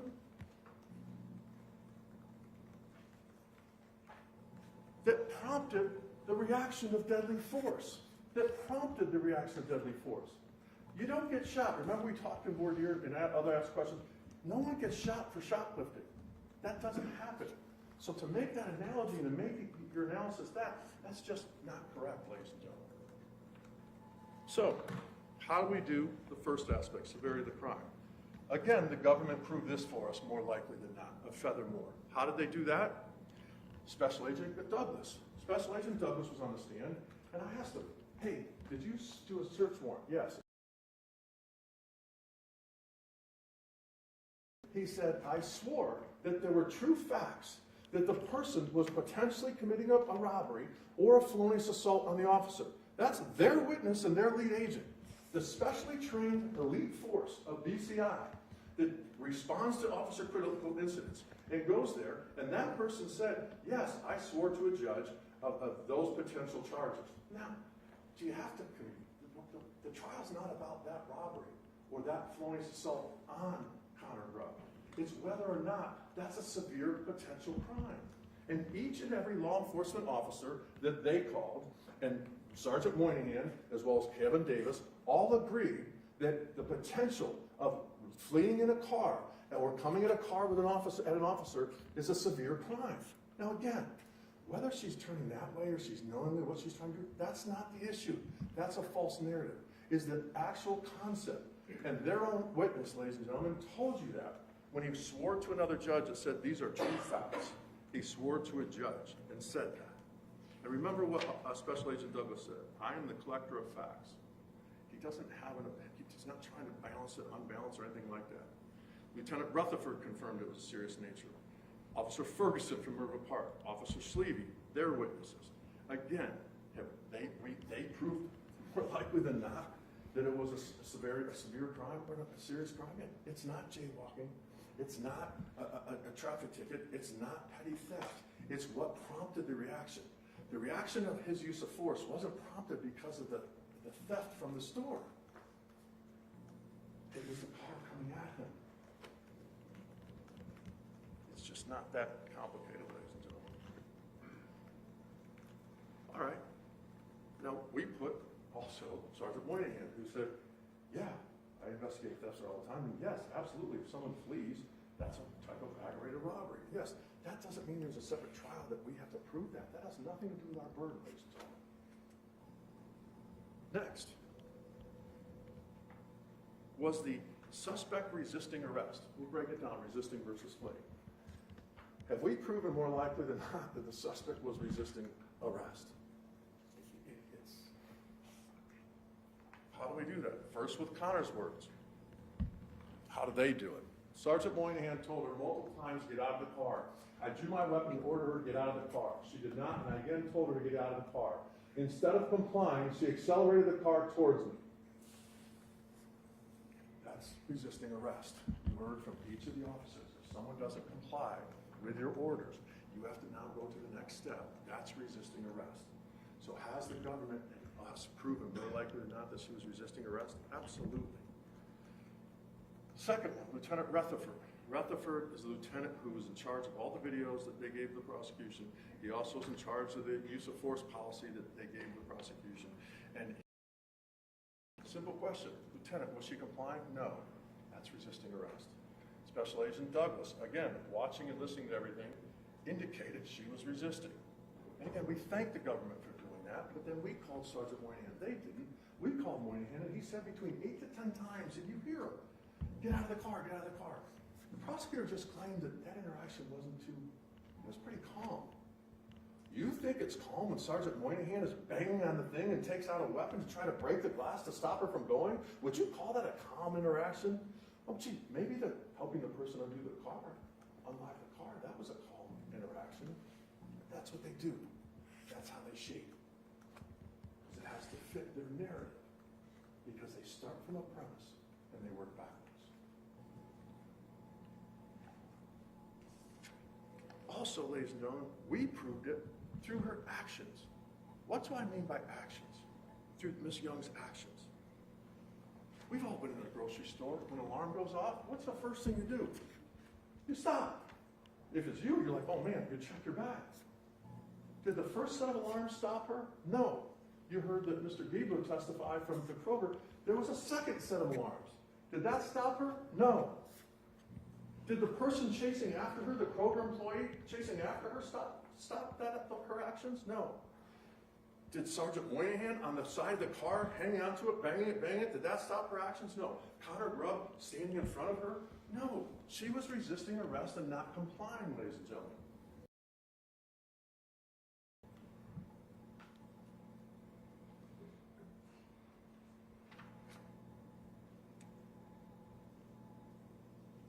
Why, though? She stopped. Oh. Okay, here's an inference. She backed into a... It is the closest spot to the front door. She doesn't have a handicap placard. Mr. Giebler told you that there was 2 cars that did the exact same thing. We brought that out from Mr. Giebler, not the prosecution. That part. She asked him, did you see the other car parked that way? He's like, yes. They don't show you that because they don't want to give you the full picture. So she's back into a spot with no handicap placard or anything like that. And what else, ladies and gentlemen? If she complies and if she says, okay, I won't resist arrest, what happens? You'll have this back there. It's the defendant's exhibit H. What happens? These are her personal items that were on her in the car. There's an ID there. There's a license there. They find out who she is. That's why she resists arrest. Because they'll find out who she is. Did they find the other 2 people using facial recognition? The agent said, no. Same thing. No license plate backed in. Because the setup is there, ladies and gentlemen. None of them are ever going to stop regardless. That's the why. Why not just, okay, officer, you got me, petty theft. Why?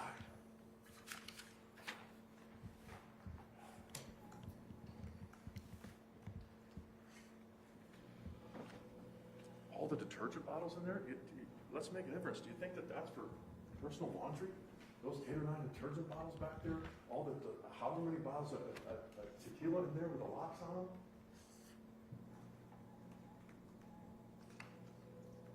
You saw all the people in the videos. When you watch those videos back there, before, go a little bit before when they started, all the different people walking in and out of the store, across the pass, everything like that, wasn't stopped.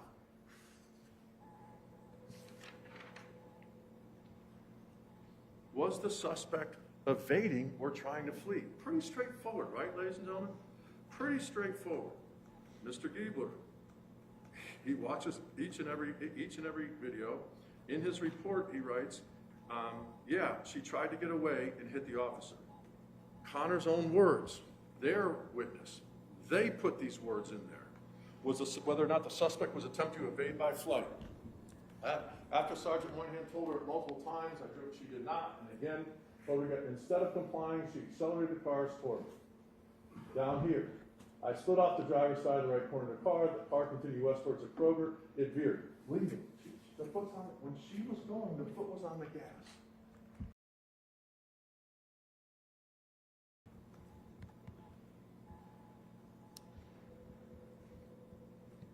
And of course, ladies and gentlemen, you see that.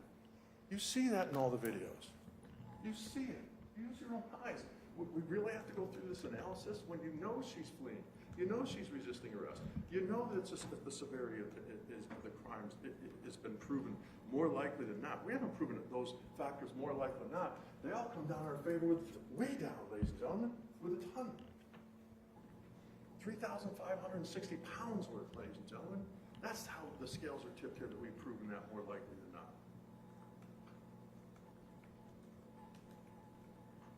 Sergeant Moynihan, yes, she was trying to get away. The special agent, yes, she was fleeing in his report. And why? Again, why? You do that because there's no, you know there's video. You know there's video in the store. You know there's video outside, ladies and gentlemen. There's video. So, ladies and gentlemen, the 3 gram factors will be in the jury instructions, I promise you. And Professor Stoughton didn't mention one of them. He did not mention one of the gram factors because he doesn't believe in the gram factors, and he gives opinions contrary to the gram factors, and we'll get to that. Next, ladies and gentlemen, whether a reasonable police officer placed in the shoes of Connor Grubb based on what Connor force. It's not should have, it's not could have, it's what that individual reasonable officer could have believed. And again, it's not one choice. This is the only choice. There's multiple. But is that belief reasonable? It's not the action, it's the belief and the need to use force. Is that belief reasonable?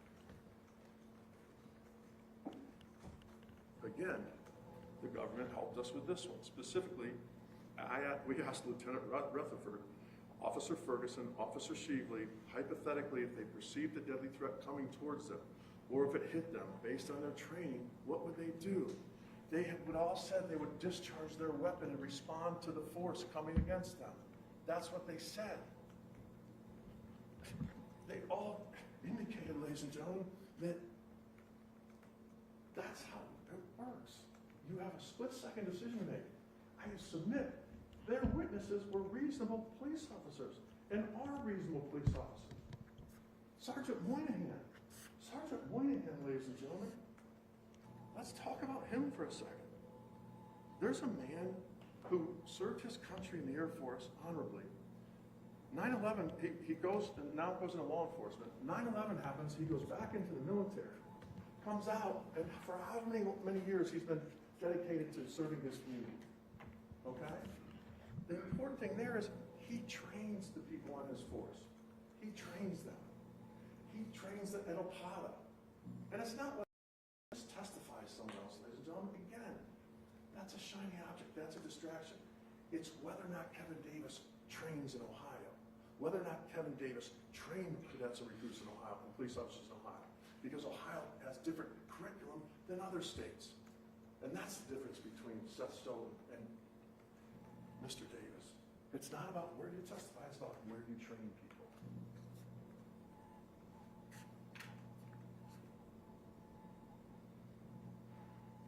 Would a reasonable officer believe the need to use deadly force if a 3,500-pound vehicle was coming at them and hit them? Younger people, when they're being trained, ladies and gentlemen, they learn what is right. They learn what is expected of them. They learn that from the people training them.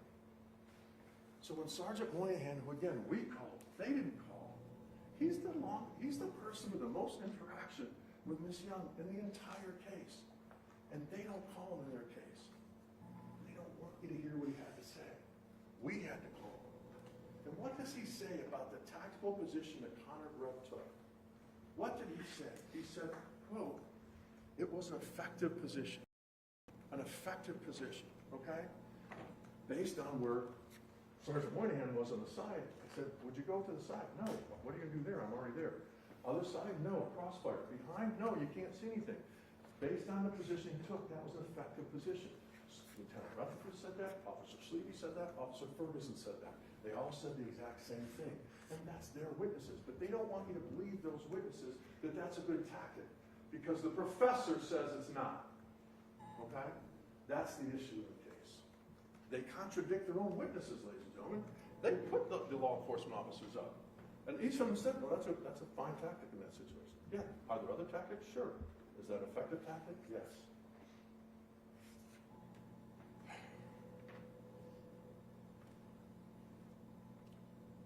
Did they know why Connor Grubb took that position? Yes. They told you why Connor took that position. What was your purpose and reason for standing in front of the vehicle? I positioned myself in front of the vehicle for 3 reasons. First, to convey to Young that she was in fact being detained and not free to leave the scene. Effective, and all 3 said that that's appropriate. All right? Second, to provide cover to Sergeant Moynihan as he was positioned on the driver's side of the vehicle and Young was in the driver's seat. Okay? So tactically now he can see in. If there's an issue with a lethal fire, unfortunately, ladies and gentlemen, they have to do these things in their mind when they approach cars. They have to start from the premise that something bad is going to happen. That's how they're trained. They have to try to anticipate situations. So that's why he takes the position. All right? I did not know if she had access to a weapon inside the vehicle. I would need to provide lethal cover to Sergeant Moynihan. Third, with Sergeant Moynihan on the driver's side and the female on the passenger side, as well as other civilians in the busy parking lot, the front of the vehicle was the best position from a tactical standpoint to avoid crossfire. Is it the only position? No. But in Connor's analysis, based on his training and his experience, that's the position he took. And his sergeant who trained him said it was fine. The lieutenant who's in charge said it was appropriate, as well as other officers, as well as Kevin Davis. The only person who didn't was Professor. If a training officer is responsible for giving guidance to other officers below him, and they say it's a proper position, who is a paid witness, an opinion witness? Did they supersede that? No. But that's what they want you to do, ladies and gentlemen. They want you to supersede the people who are on the street every day, who continue to be trained, who go through the process, who deal with the society. They want you not to listen to them, listen to a person who's a academic scholar, a policing scholar, an intelligent academic reviewer.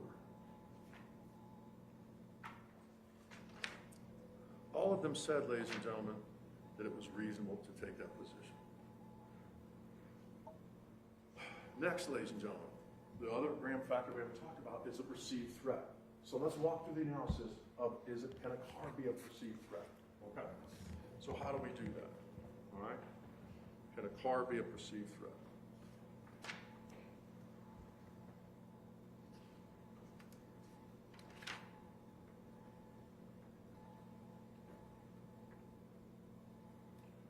Their witness, Connor Grubb, their witness. At the time I fired my weapon, I was in fear for my life as the suspect had just struck me with her vehicle. My feet were no longer on the ground. Immediately before I fired, the suspect had ignored repeated commands to get out of the car and instead of complying, accelerated her vehicle and hit me. The vehicle hit him before he fired.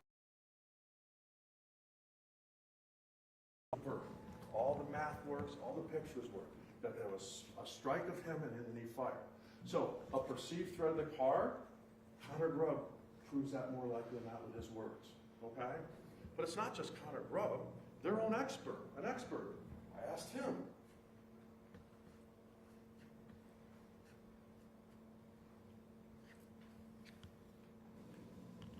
A stationary car is not an actual threat, right? Correct. A car moving, as you indicated on direct, that the towards Connor Grubb, correct? Yes. A car coming towards someone is no longer not a threat or perceived threat. It can be an actual threat, correct, sir? True. Again, the state doing the job for us. Their expert agreeing that can a car be a deadly weapon or a deadly threat? Pretty simple, right? Who else testified to that aspect? Special Agent Douglas, Lieutenant Rutherford, Officer Fergus, Officer Sheevely, Dr. Bauer, Professor Stolten,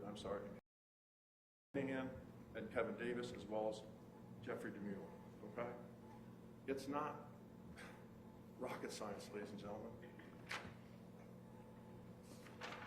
Okay, absolutely, a 3,500, 3,600-pound car can come towards you and give you a risk of serious physical harm. So now in the analysis, could a reasonable officer in Connor Grubb's shoes believe that a car moving towards them is a deadly? Can a reasonable officer believe that a car moving towards them is a perceived threat? Yes. They put Connor's testimony in, and Dr. Bauer said that, okay? Now, let's talk the perceived threat becoming an actual threat. That's the logical next part of the analysis, right? Okay, I have a perceived threat. It becomes an actual threat, ladies and gentlemen, when there's contact, okay? So, the issue is, did the car hit Connor? Okay. Again, state's own witness, Connor Grubb. Instead of complying, she insisted to the east to avoid being struck, but the front bumper of the car hit my legs and shins. Okay.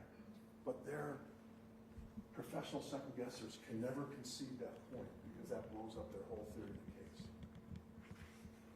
All right? What else do you see? Their evidence. Special Agent Douglas, lead agent of the elite team, after watching everything, had to write a report. He wrote, rapid accelerate and struck the vehicle, or struck the officer, I'm sorry. Rapid accelerate and struck the officer. Giebler, again in his report, the car hit the police officer. Bauer, under oath, on September 30th, agreed, yes, both feet were off the ground at one point. Obviously, it had to come from the car. All right, and again on the 11th, or excuse me, when he testified here November 14th, he said the same thing. But that's now they realize, ooh, if I say that to the jury, I got a problem. And we'll get to it. But if I say that to the jury, why? What did he say, ladies and gentlemen? The word he used, I was standing right here. You don't think you said it contacted him in September 30th? Well, it was more of an interaction. An interaction. Remember that? I responded, you interact with people verbally. You don't interact with a car. Interaction, when you look it up, interrelate, interchange, interconnect. Synonyms of interact are communicated, engaged, collaborate, cooperated, synergy. Do you really think there was synergy between that car and Connor Grubb that day? Do you really think there was collaboration, cooperation, ladies and gentlemen? But that's the word their expert uses, because they can't go concede that point. And that's what makes them biased. Do you really think that that's what happened? And ladies and gentlemen, everybody, all opinion witnesses get paid. The difference is your tax money pays for theirs. And you should be insulted with their testimony. Your taxpayers pay for theirs. That's what Dr. Bauer wants you to think, that there was an interaction or synergy. That's an example, ladies and gentlemen, of the government doesn't want you to use your own eyes. They don't want you to use your own ears. They want you not to even use your common sense. But listen to Bauer and listen to the professor on that. No, you heard when Ms. Stevens asked him whether or not the car got hit. And he goes, I can't say that within a reasonable degree of my level, blah, blah, all that type of stuff. And the other guy said, I'd have to go back to the video. Are you kidding me? It's not that complicated. Ask yourself this when you go back there. It's real simple. Don't you think if Connor Grubb could have gotten out of the way, he would have? Do you think he started off that day helping all these people and the stuff he did, and then decided, oh, you know what, I'm not going to get out of the way of this car on purpose, and I'm going to shoot this person on purpose? That's their case. Don't you think if Connor could have gotten out of the way, he would have? Of course, ladies and gentlemen. The test of reasonableness is you have to step into someone's shoes at the scene. Here, ladies and gentlemen, you have to jump into his shoes because his feet aren't on the ground. And that was shown to you. You don't step into him. You're going to have to jump into him. And you're going to have to do it after you've been hit by a car, ladies and gentlemen. After you've been hit by a car. Interaction versus common sense. Ladies and gentlemen, we have proven more likely than not that absolutely he had a subjective belief of a threat of a potential serious physical injury. Not the actual injury, a potential serious injury. What else do we have to prove, ladies and gentlemen? More likely than not, the gram factors. And we have proven each of those gram factors to you more likely than not, that it was reasonable. Let's go to opinion witnesses. Prosecutor, that's a curious question. Curious, get the wrong name. It's pretty straightforward that Dr. Bauer and Mr. Davis need to proofread their reports before they send them. You miss a parking spot, you miss a name, yeah, proofread your stuff. But with Dr. Bauer, ladies and gentlemen, why? Why? Why the resistance to the answers of the questions asked? Why? How many hours did you work? Oh, I couldn't possibly tell you that. Why? Of course you do. How many hours? I do what, 10 hours? Maybe more, 20, no, 30. Why? Okay, well, geez, did you submit bills? Yes, I've submitted a couple bills. How much have you submitted so far? He's not going to tell you. Why not? He knows. Compare that to your everyday life. Compare that to your common sense. Which one of you have submitted a bill and not known how much it's for? If I owe someone money or pay, we know that that's how we live our lives. You take the number of hours times the number of the bill. It's not complicated. But we can't give you information, ladies and gentlemen. The wordplay. Interact. The hood of the car. Get to the hood of the car. Hours. Okay, 30 plus. There's 30 clocks there, right, ladies and gentlemen? Plus the other times they do that, right? And I talked to each of them about looking at the video back and forth, slowing it down, right? Okay, now Stoughton, whatever time he got home yesterday, he gets paid until he gets home and flies, whether the flight gets delayed or whatever. So 40 plus hours, right? That's the time they've had to look at this stuff. That's the time they've had to come up with a decision, an opinion to give you, to testify to. That's the time. How much time did Grubb have to react to a situation? 1.66 seconds from the time the car moved towards him till the time he fired his weapon. That's 1.66 seconds. That's the time, ladies and gentlemen. Connor doesn't get to go back and look at the tape. Connor doesn't go, hey, wait a minute. Hey, what's going on here? Can you comply? Or do I need to get out of the way of the car? That doesn't happen. That's not how life is when you're an officer. You leave every day and you leave your house and you leave your family knowing you might not come home. That's what they're trained with, ladies and gentlemen. That's the starting point.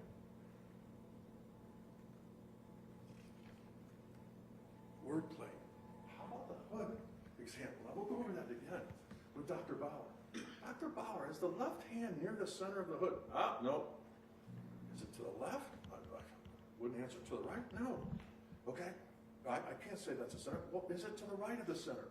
You all saw the picture, but he can't give that up because if he gives that up, that means that the car hit him. Okay? So he can't give that up. What did he say? I got to go back and look at the tape. There might be some pixel distortion. That's their expert. There might be some pixel distortion when I ask a basic, simple question. Hey, you would agree with me the hands near the center of the hood?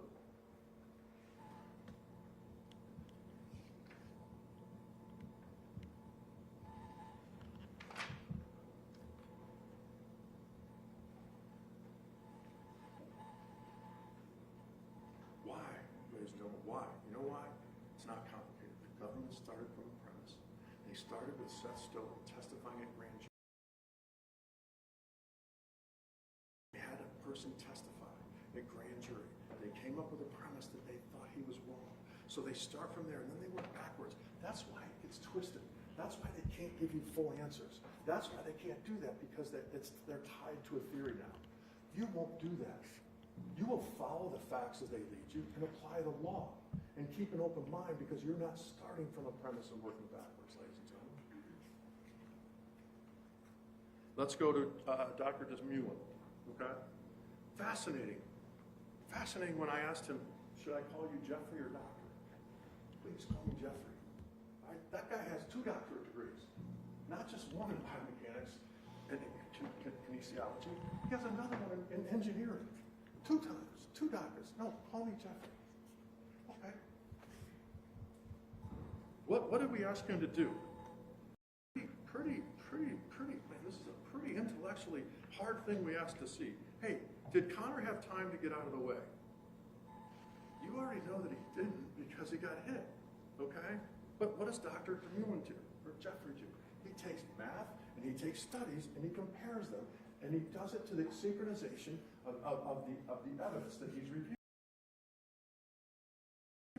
What did he do? What did he synchronize, ladies and gentlemen? Okay? What did he synchronize? Okay. He took the 4 cameras and found contact points, the different people stepping, or the shadow of the young person pushing the cart that was right near the area. He synced those up. Then he synced them up with the audio from both body-worn cameras. So those are the different lines. The bottom is he synced up, get out of the car. The black and the blue make those, okay? Now what's important here, ladies and gentlemen, is He was asked, well, did you start your analysis at 10 seconds? The time when Connor Grubb placed himself in front. And he said, no, well, why would I do that? I started my analysis with initial contact. So the initial contact on the hand was 2.5 seconds before the shot, okay? The next one, the vehicle starts moving. And remember, that was continuous movement. Continuous movement. Because the car had started and stopped. So he didn't start it from then. He started it from when he put his hand on the hood, and then there was continuous movement. And then there was body impact. They didn't ask him, are you sure? He didn't think it was an issue.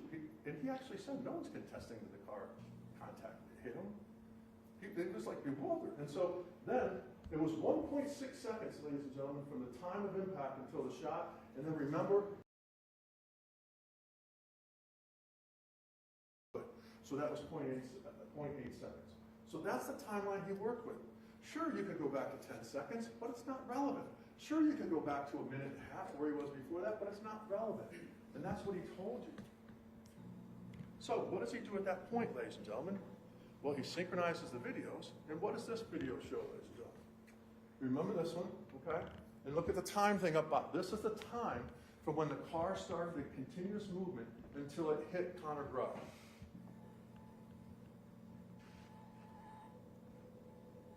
Now, he's slowing it down frame by frame, okay? He's slowing it down frame by frame.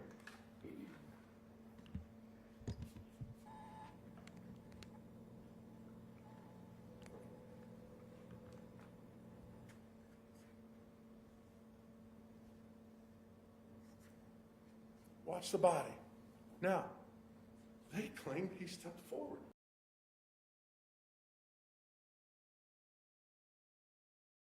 The way you're connected. Because there was force down here, that's why you see this going forward, but the other part going back. This going forward, but the other part going back. Because that's how the biomechanics. He had to determine a time of contact from the first continual use of force. Okay, so we have roughly 0.47 seconds. Everybody with me? Okay. So then he just used math, ladies and gentlemen. Okay? There was a study. It was turned over to them in a footnote in the expert report. In the study, they did young people. They said a time that someone could lift their step to take it, okay, was 0.53 seconds. It's not a step forward, because he said that wouldn't apply here because he didn't step forward, the body got hit. It's not a step backward because you might fall or trip. So that's why they did it to the side. And a young person, a fit young person, it was 0.53 seconds to do that, okay? Now, the center line of the car, that's why I asked the question, center line of the car to the end of the right side of the vehicle was 91 centimeters. And this chart showed in order to move 91 centimeters, you'd have to take 2 steps. 1, 2 to get out of the way, okay? And you'd have to do that within 0.47 seconds. What's larger, 0.47 or 0.53? That's one step. What's larger, 0.47 or 0.53 times 2, which is 1.06? 1.06. So mathematically and physically, with video, he's showing you that it's impossible to get out of the way. He couldn't have gotten out of the way, but you already know that. Now, so in Connor's age, height, weight is 0.73 seconds. 0.73, one step, another step, it would be 1.46 seconds to get out of the way. Again, much bigger than 0.47. It's not complicated, ladies and gentlemen, and you see it with your own eyes. And that contact, that hitting of him, doesn't have to cause serious physical injury. That has nothing to do with this case, ladies and gentlemen. It's the potential to cause that. So, what did we ask him to do the second time? What was his second? I'm sorry. What was his second analysis? His second analysis, ladies and gentlemen, was: is there a risk of serious physical injury from being hit on a car or being carried on a car, moved by a car, and stuff like this? Yes. Okay. He had the chart. Now, again, the distraction. That car can go from 0 to 20 miles an hour in 1.8 seconds. But that fits in the timelines here. Is he saying it went 20 miles an hour? No. No one's saying that. But at 20, it could be different. And even at the least amount, ladies and gentlemen, that car could run over his foot. That car, if he trips and does something, it can cause serious physical injury. But how else do we know that in a practical, everyday sense? So that's math and videos and studies. Let's apply it in a practical sense. Who'd you hear from that we call? Sergeant Moynihan. What'd Sergeant Moynihan tell you? Hey, yes, unfortunately I know that a car can cause serious physical injury because I was on my thing and I went to take a turn. I went through a crosswalk and I bumped somebody in a crosswalk. How fast are you going? He goes, I think I was going between about 8 to 12 miles an hour. And he goes, then I found out the person had a fractured leg. I was worried about the head because the person got knocked over, hit their head. But so again, you know that. Practical stuff from a reasonable officer who tells you physical injury to them. It's common sense, ladies and gentlemen. Other opinion witnesses. Let's go through them. Kevin Davis. It's not the testifying where it's the years in law enforcement. He has done every single thing that you can do in law enforcement. He has trained, he has been heads of things, different divisions, but more importantly, he's trained at Ropata and he trained at different places across the state of Ohio. He told you how many times he consulted. Most importantly, he told you he's testified for officers and against officers. Both. He's turned us down when we've sent him the use of force. Against both. For and against. You think it's hard for him to testify against an officer saying it's not a good use of force? No, but he compartmentalized it. And he told you under oath he testified for officers in trial and against officers in trial. He's told you how many things, but the most important thing he told you, ladies and gentlemen, was the Graham factors, because he's required to. He's required to go over those. Seth Stoughton doesn't believe he's required to go over those. Seth Stoughton, a part-time law enforcement officer in a total of 5 years, who says, I'm a legal scholar, I'm a policing scholar, I'm an academic scholar, okay? He's never trained any law enforcement officers in Ohio. And the prosecutor said, do you train people now? And his first answer was, yeah, I don't train line officers anymore, I train management. Management is like Lieutenant Rutherford and Sergeant Moynihan, because those are the people that have to review and discipline officers, okay, and discipline officers, all right? So that's what they train, that's what they train. They train the people who come into contact with society. And Davis said no, Stoughton said no. Bias, we'll get to the bias, ladies and gentlemen, that's easy in this case. When you compare the professor to Kevin Davis in experience in training and use of force, it does bring to mind the review of the professor. Those who can do the job, do the job. Those that can't do the job and choose to leave law enforcement and go into academia, they teach, okay? They teach. That's Seth Stoughton. Kevin Davis lived it, experienced it, learned it, trained it, and kept going with it. That's the person they had testify at grand jury. You heard about grand jury. There's no judge, there's no defense attorneys, there's no common ground, there's no anybody. They control everything that happens at the grand jury. And the burden of proof, the lowest probable cause. And that's how we're here, ladies and gentlemen.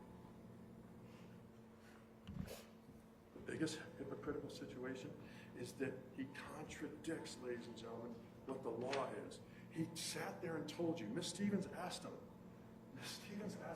you're aware of State v. White. State v. White is a case that allows criminal cases in Ohio, the Graham factors to be applied, and they have to be applied. And she put the footnote up there. And the footnote said, yes, you cannot use tactics that say you should have used another tactic. You cannot do that because that's hindsight 2020. That doesn't matter to him. He contradicts the law. A federal appeals court told him, Ms. Stevens put the thing up there, this court, an appellate court of multiple judges said, your application of the law is incorrect. And his answer was, yes, it was incorrect. That's their witness. No matter what he says, ladies and gentlemen, Connor Grubb had the right legally to be there. And you'll never hear anybody arguing against that. You won't. You'll hear about policy and tactics, and they don't. The one thing you won't see in the jury instructions is policy. The one thing you won't see in the jury instructions is tactics, ladies and gentlemen. That's his phrase.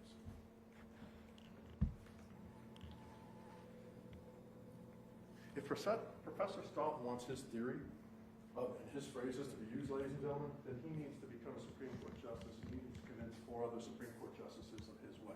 But until then, he has to follow the law just like he told you guys have to follow the law. It's wordplay, ladies and gentlemen. That's what they do. They twist it and fit it. Wordplay. Let's go over some of the prosecutor's wordplay in their opening. They have this theory that somehow Connor Grubb got his injuries on his shins from falling on the ground, okay? Ms. Claypool asked the medic, the Polish medic. This is a medic now who trains every day of his life to help people, treat people, think. They call him a medic for a reason, because they give service, they respond to emergencies, and they have to bandage them, they have to get him to the hospital, they have to report it and stuff like that. And she asked him, could he have gotten those if he fell to the ground? And there was a pause, and he said, ma'am, you don't fall on your shins. Ooh, okay, she wasn't expecting that. You don't fall on your shins.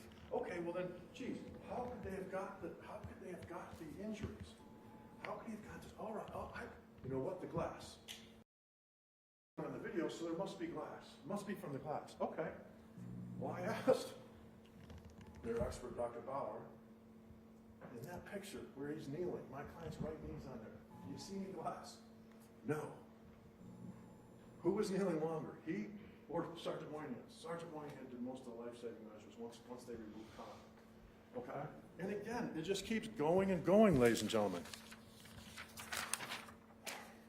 Connor Grubb, you'll have this back there, blood on the right knee. Sergeant Moynihan, cool puffy, but blood on the right knee. Blood on the right knee. Both were kneeling in the same area. You'd expect that, right? It's corroboration. It's confirmation. Okay? What's the difference between the two? One got hit by a car and one didn't. So do you really think Connor Grubb is going to get these injuries by falling down the way he did, even though he fell on his hands, the video show? That's the wordplay. Well, geez, they debunked the glass. They debunked the falling on the shin, so it must have happened when he fell to the ground in that video. You see the video, ladies and gentlemen, his hands hit the ground and his feet. His knees and shins never touch it. It's a distraction, ladies and gentlemen. It's a false narrative.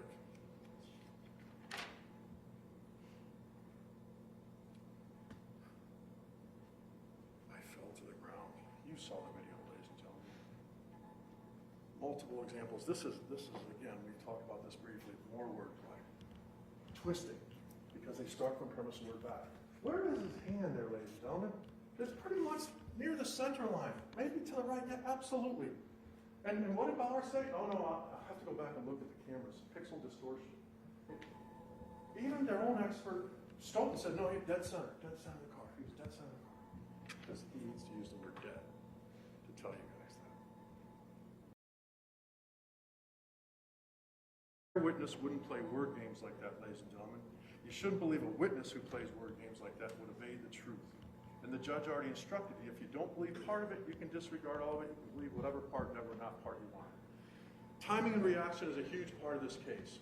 Whether it's 10 seconds that they want, whether it's 1.66. In this case, is that every officer, when they have respond in an emergency type situation.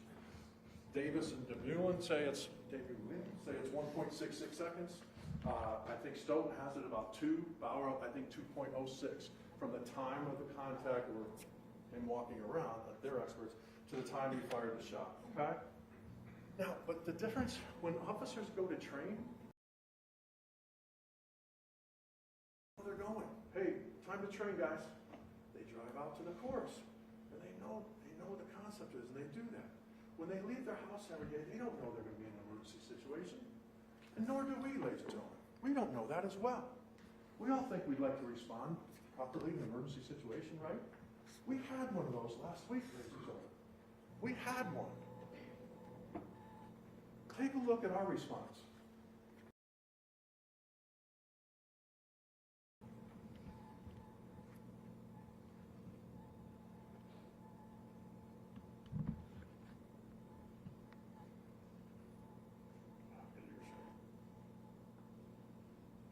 We have the volume up to Ms. Cook. Thank you.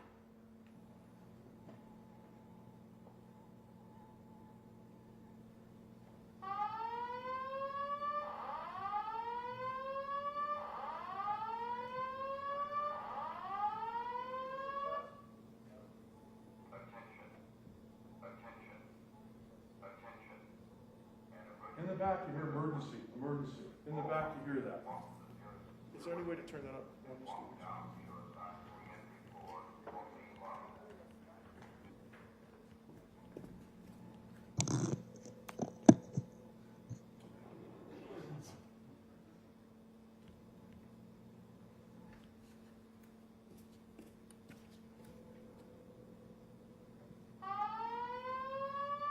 Relax. What's going on?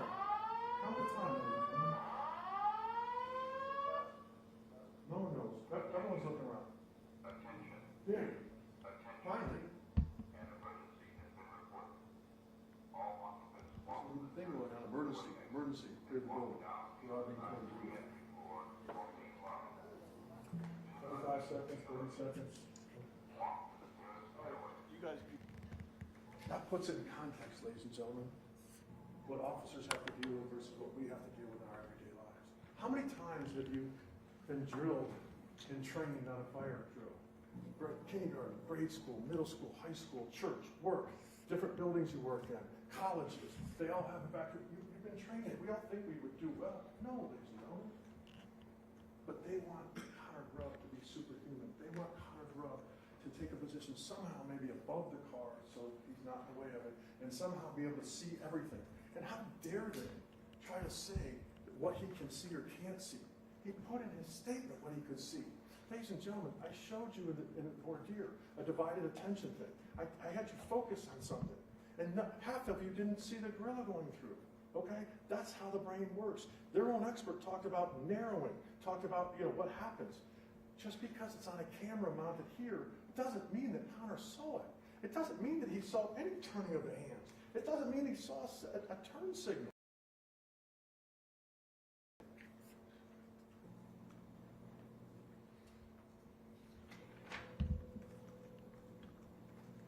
That leads us to Connor's words. I'm almost done, ladies and gentlemen. That leads us to Connor's words. Okay? It's important. The objection, first one, it's important. Connor's words and actions. Okay? Everyone in this case, we talk about hindsight bias. We talk in word here about that, right?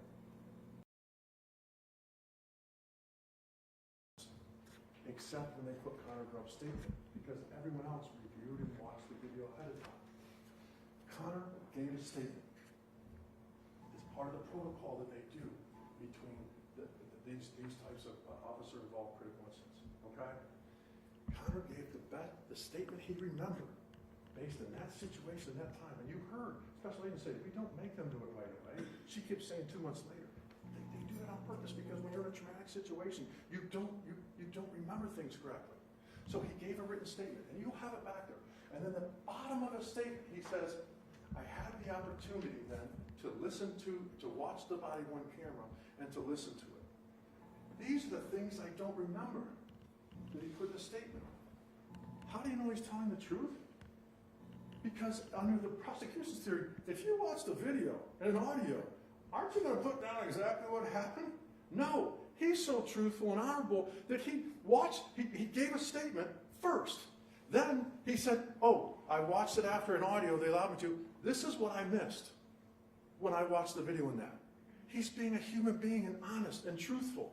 But they don't want you to believe his words. And they want you to try to believe that somehow he watched it first, then did it. No, ladies and gentlemen. They can wordplay all they want on that. That didn't happen. And important, the timing. A year later, the case gets indicted. And remember what the special agent said about timing? All the reports he gets, November, he writes reports in November, December, all this got to him. Connor Grubb's words in November, early December.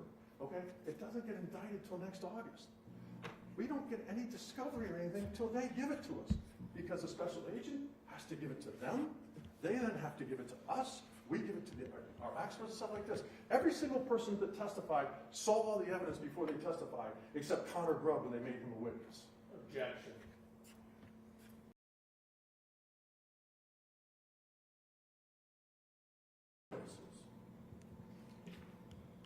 He's credible because it's consistent, it's confirmed, and it's the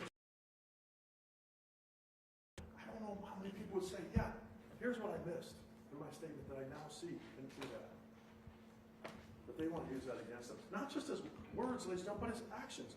What were his actions after the use of force? That he was forced in that situation after the use of force. Did he sit around and, oh, whoa, no. He ran as fast as he could to his thing to get the medic's kit, to put a chest seal on. He ran as fast as he could and back. Those are his actions. Afterwards, she tried to run me over. You hear one that say, yeah, I know. It tells the fire medic, yeah, look, do you have any injuries? Yeah, here, these, they're minor.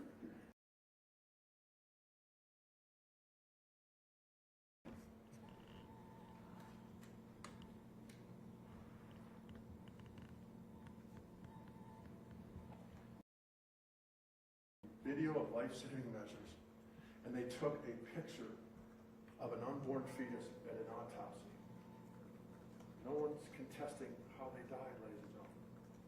And there's a reason they did that, ladies and gentlemen, because they don't have anything else. And they wrap it up with two professional second guessers. Because they started from a premise and went backwards. Now, we talk and word here. No matter, ladies and gentlemen, how much I try to tell you in advance, the effect that the video is going to have on you and the picture is going to have on you, I can't do it. There were gasps. There were people crying. Absolutely. And you're human, and you should. That's what you should. But if you find yourself thinking about that, you committed to me a word here that you will take a breath and go back to the law and the facts. If you see another juror using that in their explanations, law and facts. And there's two tables in the jury room, whether it's law and facts or sympathy, empathy, frustration, sorrow, sadness. That doesn't come into it. And we put you in impossible situations because you're human beings. You saw in the corner testify, oh, path is this. Doesn't affect them. Okay? It affects us, ladies and gentlemen. How did we get here, ladies and gentlemen? How did we get here? We get here because they built the case around bias. They started with hindsight bias that Connor did something wrong that legally he was allowed to be, and every single police officer testified it was a proper tactic. They built their case around that. Why? Because they had bias from their main witness, the professor, okay, who testified at grand jury. You heard what Ms. Stevens asked them, right, ladies and gentlemen? You think this is bias or not? How many times have you testified against a police officer saying that their force was not reasonable? 1, 2, 3, 4, 5, 6, 7, 8, 9, 10, 11, 12, 13, 14, 15. 15 times. One, in the Clomer case, there were two officers. The officer got shot and killed. He still said it was an improper use of force. That's their person. Ms. Stevens kept asking him about, what if don't you think expert witnesses can throw bias to the jury? No. Okay. Easiest question that was asked of him. Easiest question.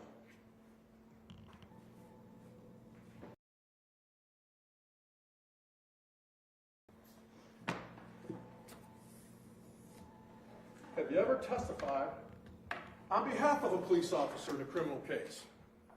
0. 0 times. And did you see how he tried to squirrel out of it? Oh, well, with these kind of constraints, with these kind of restrictions. It's a pretty simple question she asked them. Have you ever testified in a trial on behalf of a police officer? The answer, real easy, is no. When he says, oh, don't stand in the vehicle. How about answering, yeah, no, 0. Sorry, haven't. 15 versus 0. You don't think that that's bias? You don't think that that's starting from a premise and working backwards, ladies and gentlemen?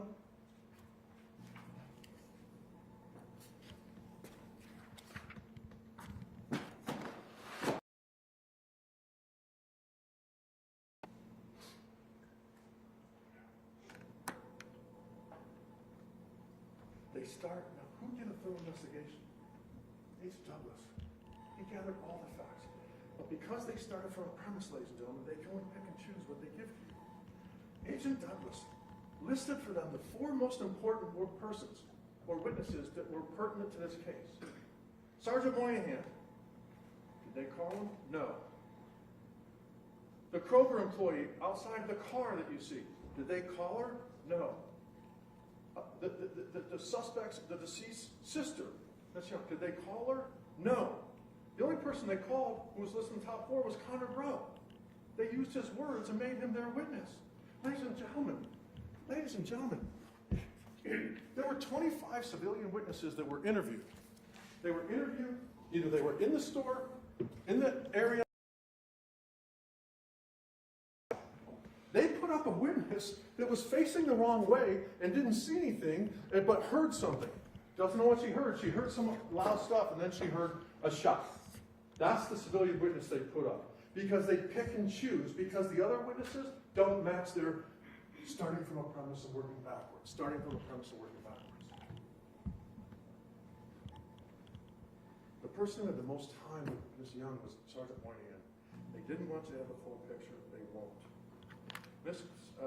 Stevens told you in opening that this is basically the whole theme of the case, ladies and gentlemen. This and the theme. An immediate threat to an officer or others of serious physical harm or death will permit to respond with deadly force. That's the question. That's the theme. The next paragraph, if you read it to yourself right now,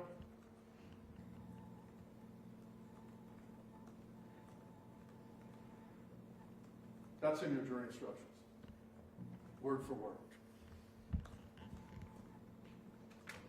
You know what's not in your jury instructions? You know what you won't find in your jury instructions, ladies and gentlemen? Professor Stout, officer created jeopardy. And he kept saying, well, it's just a term.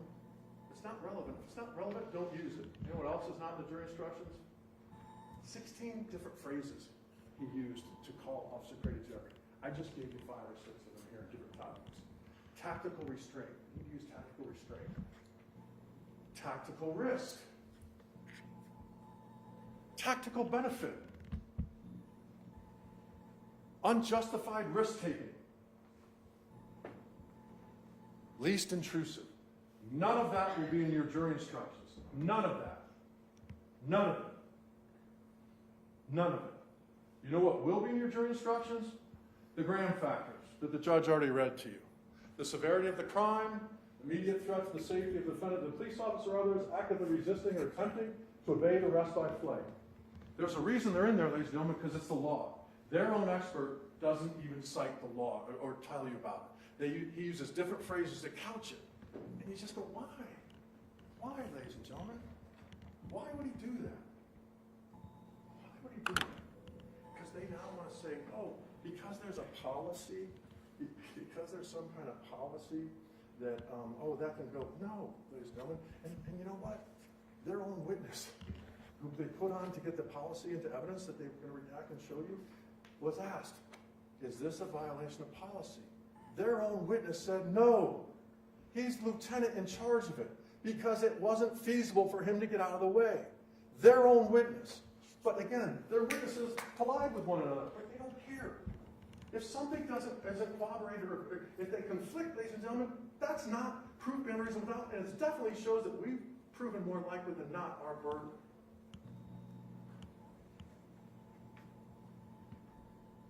Every officer testified. Lieutenant Rutherford, Minerva Park, Peter Ferguson, Western Officer Sleevey, Sergeant Moynihan, that it was reasonable. They all told you you're permitted to use force when you see an immediate threat. And they told you the car hitting you was an immediate threat. Why? This is what I don't understand. Why? Then, figured it out. The last question that they asked their professor, their legal scholar, their last question, ladies and gentlemen, it was the only time that he was scholarly honest, academically honest, policing expert honest. And I was shocked when I heard the answer. So just be sure, I got the transcript from the court report. And I apologize, I have to put my glasses on to read this. This is why they can't concede on that the car came in contact with him. This is why they can't do it in the center. This is why, because if they say he got hit, this is what happens. Question by Mr. Glennon. Is there a time, according to generally accepted practices and principles, where it would be deemed reasonable to shoot at a moving vehicle? Answer, yes, absolutely. He gives 3 examples. The other possibility is when there is no feasible option to address the threat of being hit by a moving vehicle. There's no feasible option. That's this case. Their own expert just proved the case for us.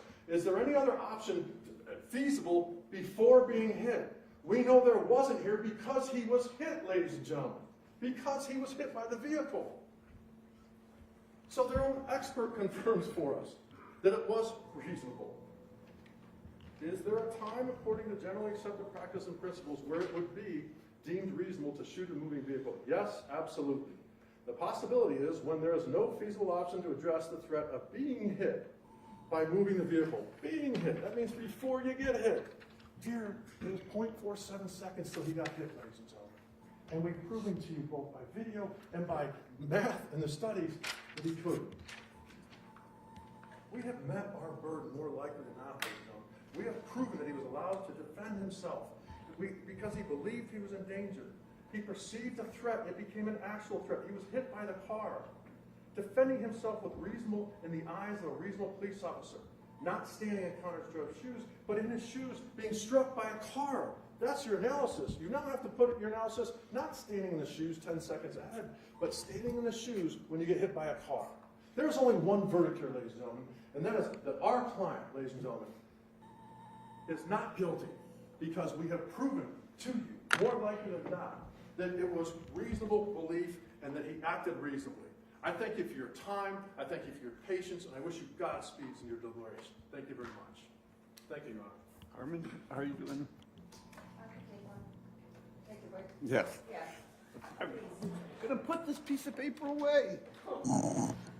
Do not discuss this case among yourselves. Do not permit anyone to discuss it with you in your presence. It is your duty not to form or express an opinion in the case until it is finally submitted to you. Probably about 10 or 15 minutes. All rise.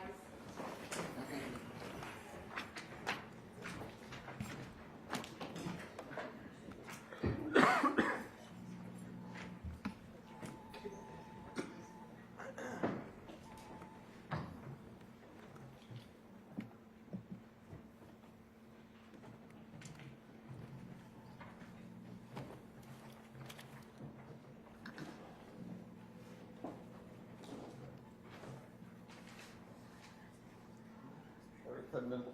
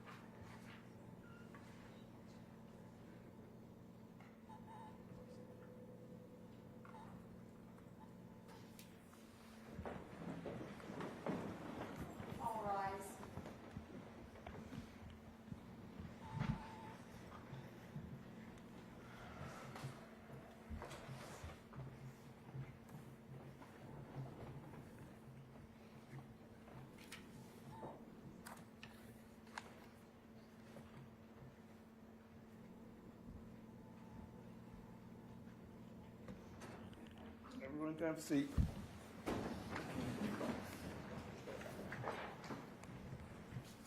Any rebuttal closing? Yes, sir. Thank you.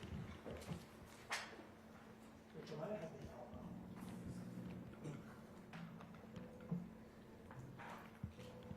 Good afternoon. Check my watch there for a second. Before I get too far into what I have to say, I don't think you'll be too surprised that Mr. Collins and I don't agree on a whole lot. I want to talk about something that's fresh in my head, and that's the last thing that defense counsel talked about before he sat down, and that was the testimony of Seth Staunton, Professor Staunton, one of the state's experts in the case, and he had a transcript in his hand, and he had read off a question to you that Mr. Staunton was asked about something to the effect of, is there ever a time when it would be reasonable to discharge your weapon at a moving vehicle? And first let me say this, you are obviously the jurors in this case, and you will all use your collective memories as to what the testimony was and was not. There's going to be instances where the parties disagree as to what the testimony perhaps was, what a question was, what the wording of an answer was, but you as the jurors, part of your job will be to determine based on your collective memories what exactly was the testimony in this case. But when we talk about this question that was asked of Mr. Staunton, is there ever a time that it would be reasonable or justified to discharge your weapon at a moving vehicle? Mr. Staunton had answered when there's no feasible option to address the threat. He also went on in that answer, I believe if you use your recollection, to describe scenarios that he was talking about where there would be no feasible option. One was, I think, a mass crowd where someone's just plowing through a crowd of people was one of the scenarios. And the other scenario was when someone is in an alley, that's the one that defense counsel had referenced. But the rest of his answer wasn't just when you're in an alley. He described it as it's a narrow alley, and you have no other way out. In other words, there's a wall to your back, and two narrow walls on either side. And essentially, discharging your weapon is the last resort. You're going to get hit no matter what. So let's discharge our weapon, I guess, just in a prayer that it may do something. That's the way he described it in his answer. I think if you use your recollection.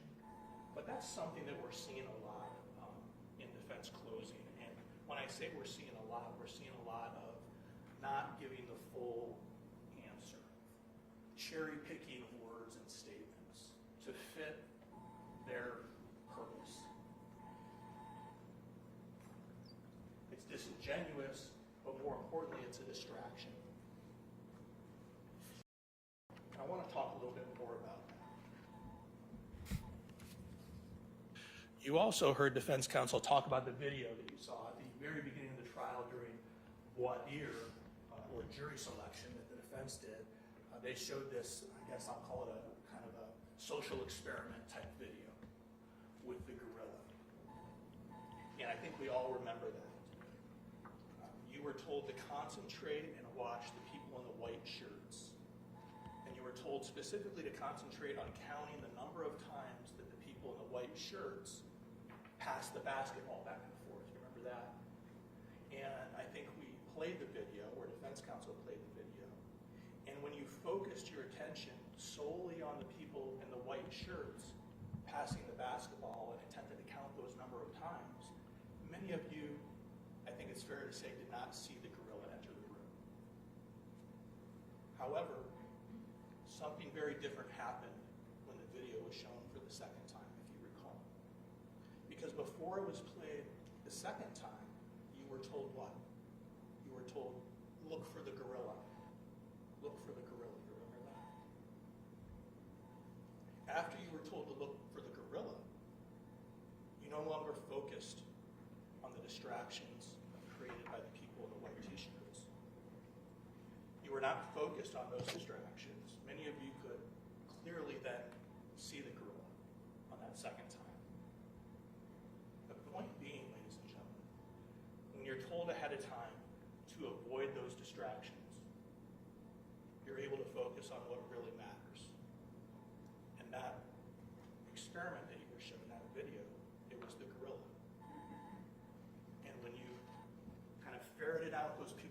t-shirts because you knew they were distractions. You were able to focus in and see the gorilla.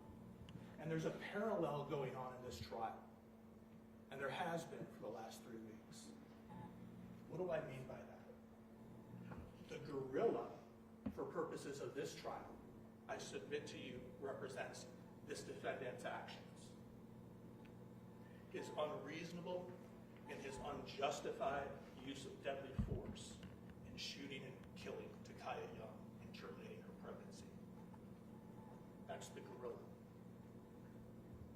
The people in the white shirts, the distractions, those are represented by the things the defense attorneys are asking you to focus on in an attempt to distract you from the important evidence in the case. What types of distractions am I talking about? Well, I just spoke of one a few moments ago in this question and answer with Seth Stockton and not giving you the full answer. Distracting you away from what the actual full answer was. And it revolved around feasibility. What else is a distraction in this case? Defense expert Dr. Jeffrey Desmolin. We all saw the animation. You remember seeing the animation. The animation created at the last minute that wasn't in his report. Regardless, Dr. Desmolin admitted that his animation was not created based on measurements, not created based on data, but rather was created based on his quote-unquote observation of what he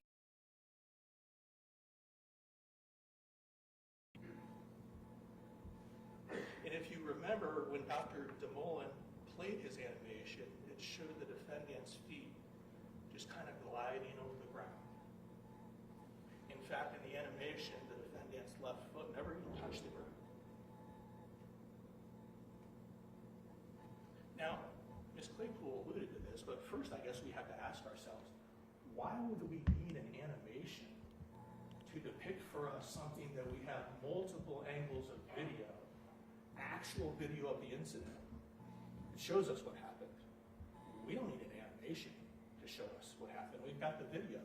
Why would we have an animation? Because the defense does not like what the video shows, ladies and gentlemen. They're the ones that don't want you to believe your own eyes. They want to replace the video evidence in this case, literally with a cartoon that even their expert admits is not based on measurements or data. It was especially striking when we listened to Dr. Desmolin's testimony and his animation was shown that he never bothered playing his animation side by side the actual video in the case. That was striking to me. We had to rely on Dr. Bauer to do that for us. If you recall, Dr. Bauer said that he, although that animation was created at the last minute, did have a chance to review it and compare it to the video. And he played both. Dr. Bauer played both for you, one right after the other. And he compared and he contrasted the cartoon with the actual video. We found out that the actual video doesn't show the defendant's feet just gliding over the ground. The actual video evidence in the case showed the defendant taking steps to the side. I think Dr. Bauer termed them as like shuffle steps or something to that regard, but you'll use your collective memories to recall. Side, but we saw something even more definitive. We saw the defendant's left leg planted on the ground, stationary. And as the car moved, it stayed stationary on the ground, planted, not hovering, not gliding, not touching the ground, planted on the ground. And then it would lift to take a step, and then plant again. And then lift to take a step, and then plant again. That's how we know he was taking steps.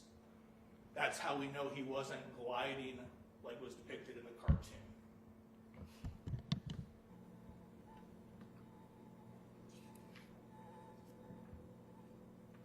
what did Dr. Bauer tell us about the animation? Remember his words? Compared to the actual video evidence in the case, it's not even close, were his exact words.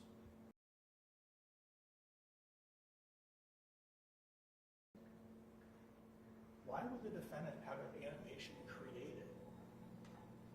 It's not accurate. Why would he present that to you as the jury and try to supplant that for the actual video evidence in this case? You have to ask yourself that. Because it's a distraction. It's an attempt to distract you from the actual evidence in this case. Do not allow yourselves, ladies and gentlemen, to be detoured and go down the roads of these distractions and waste your energy on them. Because when you do that, you're not going to be led to a true just verdict in this case. What else is a distraction? Well, if we continue with Dr. DeMolin, defense counsel talked about this as well. We saw that other chart that he put up with injuries that could be caused if a vehicle is traveling at a speed of greater than 20 miles an hour. Well, we know that's not this case. I mean, to be fair, there's not been testimony as to the exact speed of Miss Young's car as it was traveling and moving forward. To be fair, there's not evidence of that. But I think the video shows us it wasn't going 20 miles an hour. In fact, it had just barely started to move. And it inched forward at one point and then stopped, become stationary. She's cranking that wheel to the right before it begins moving again, rolling forward, ladies and gentlemen. It's not accelerating at 20 miles an hour. So why are we talking about injuries caused at speeds over 20 miles an hour? Has nothing to do with this case. Can a car cause serious physical harm to someone if it's going 80 miles an hour? Yeah.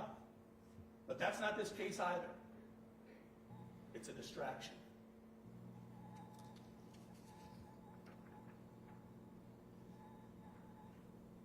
We heard questions from multiple witnesses about doing second laser scans. Remember that? Replace the car, like repark it back in that handicapped spot. And defense counsel had asked Special Agent Matthew Austin, the lead evidence technician, if you will, in the case. Well, why didn't you put the car back and do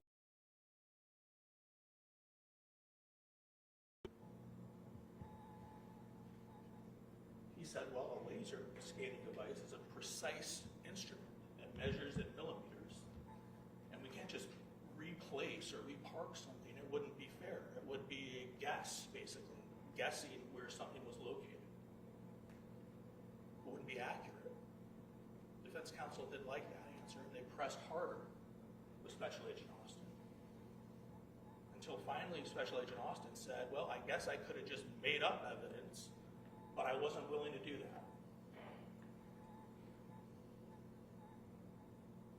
We're seeing a little bit of a theme here in terms of the defense wanting to create or make up evidence to fit their narrative. Thankfully, Special Agent Austin wasn't willing to do that. It wouldn't have been accurate. It's a distraction. We heard talk about the car being backed into a parking space. There's no question that Ms. Young backed her car into the parking space. The video shows that. I don't think that's up for dispute. A lot of people back their cars into parking spaces, but we also know that Ms. Young, to be fair, stole liquor from inside that store. But we told you that in opening statement. No one's contesting that. Is it possible she backed in so she could make a quicker getaway, if you will? Absolutely, that's possible. We don't know, but certainly that's possible. The question is, how does backing into a parking space make your shooting and killing of her more justifiable? How is that more justifiable than if she would have just pulled in front of us? It's ridiculous. It's another distraction.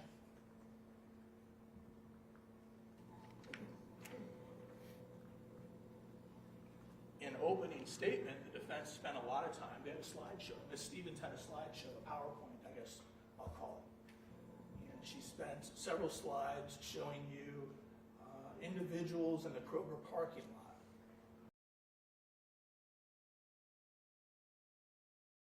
lot. To Kaya Young, because he was in fear of all these people in the parking lot being in danger of death or serious bodily harm. Do you remember that? She circled like, I don't know, 7, 8 people up on her photographs. Why did they do that? That kind of fizzled out. The notion that he fired at Takaya Young because he was concerned with other people's safety in the parking lot. Probably because in his own written statement, he never mentions being in fear for someone else's safety, to include Sergeant Moynihan's. But why would you do that? Why would you take the trouble of circling people and making that claim? Another distraction. We also heard a lot of talk, ladies and gentlemen, about the concept that the defendant did not have enough time to avoid being struck by the car. How much he would allegedly need in terms of time to step out of the way. We're relying again on Dr. DeMolin and his charts. We've heard 0.53 seconds for a step, 1.66 seconds between the time the car moved for the second time and the time that the shot is fired. First of all, the math is, well, if you do 0.53 plus 0.53 is 1.06. It's less than 1.66. Okay, that's for starters. But set that aside because it doesn't really make a difference. What did we find out on cross-examination of Dr. DeMolin?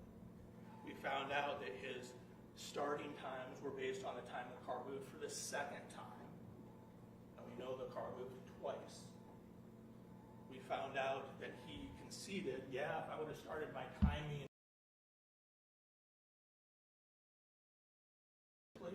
himself, or whether it was the time the car moved for the first time, it would have added more time for him to be able to get out of the way.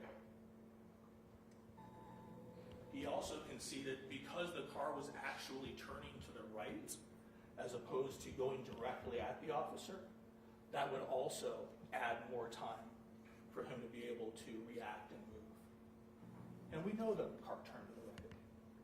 I mean, we have eyes, we can see the wheel and the tires and the angle it's taking. At the end of the day, the timeline of Dr. DeMolin is worthless, ladies and gentlemen. It's conjecture and it's speculation. And what's more, what are we even talking about here? They're asking you to believe that somehow the defendant would not have had time to move out of the way before being seriously injured by this vehicle. But we know he did just that. He did move out of the way. The video shows us that. Distraction. We also heard talk about how motor vehicles are the #1 cause of death to officers here in the United States of America. I think that was asked by defense counsel of every officer that got up on the stand. Are you aware that motor vehicles are the #1 cause of death and the officers, without hesitation, yes sir. We saw that. But we then saw their own expert, Kevin Davis's chart, which tells us that's not true. No. Do they cause deaths of officers? Absolutely. I don't mean to downplay that. I think his chart in the last 10 years even showed that 47 officers were killed by a motor vehicle. The point being that firearms killed 480, okay, over 10 times more. And it's not fair to get up and ask officers, isn't it true that that's the #1 cause of death? When you know it's not. Your own expert gave you a report saying it was like 4th in line. Why would you do that?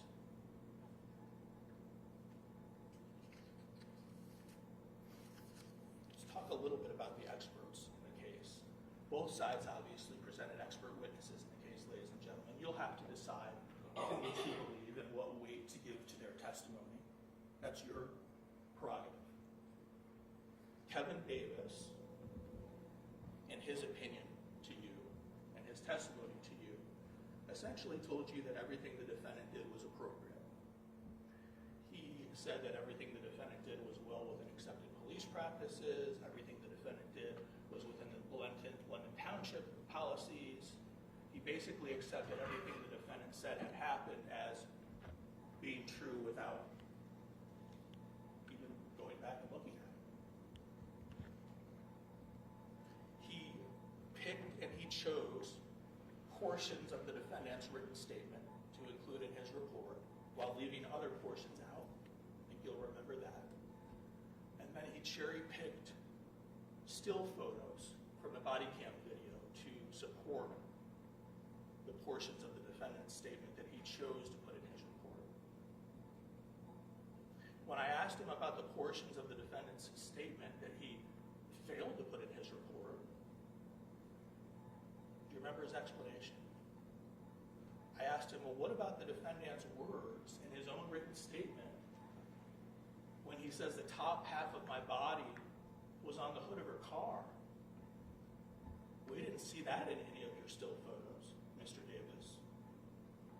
And he said, well, I interpreted his words to mean that his torso was over the hood. He was somehow floating over the hood. He's now interpreting the defendant's words for us.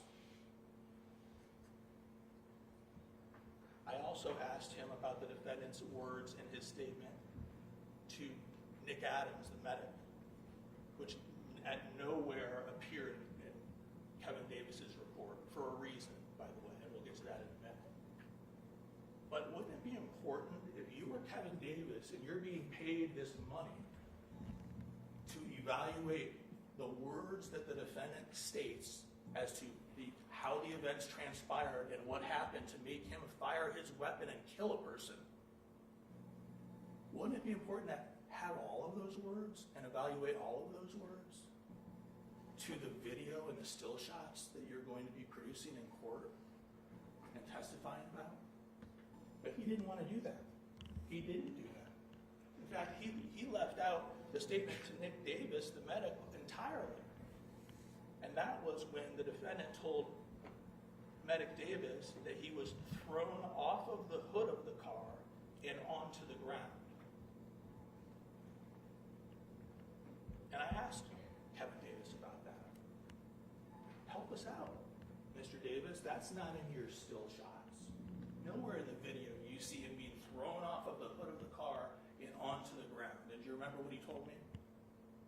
He had a little trouble answering that question at first, and then he finally stated that he interpreted again those words to mean that the defendant was, quote, repelled by the vehicle and thrown onto the ground by landing on his feet.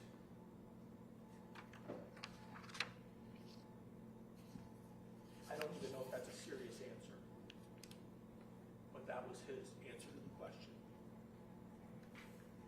This is an example, ladies and gentlemen, of someone who, no matter what the facts are, no matter what the video evidence shows, he's going to twist it and interpret it as being consistent with what the defendant says happened. That became very clear.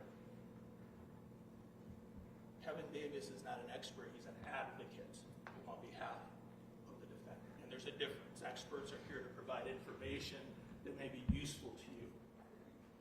Advocates twist the facts.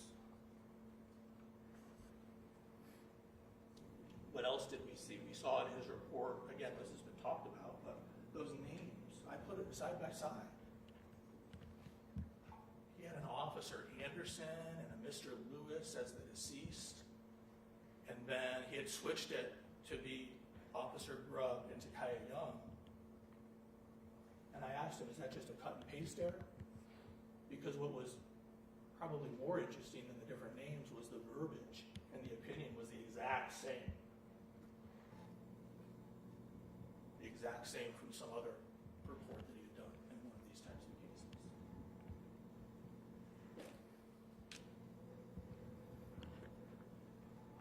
finally did concede at one point when I was cross-examining him, and that was he admitted that if the defendant's description of events that led him to fire his weapon until killed Takaya Young were determined to be untrue,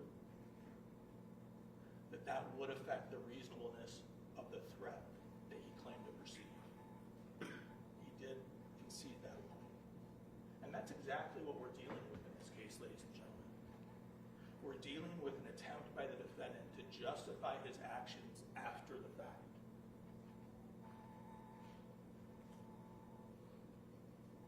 What did Kevin Davis not tell you? Tell you what an actual reasonable, objective officer would have done.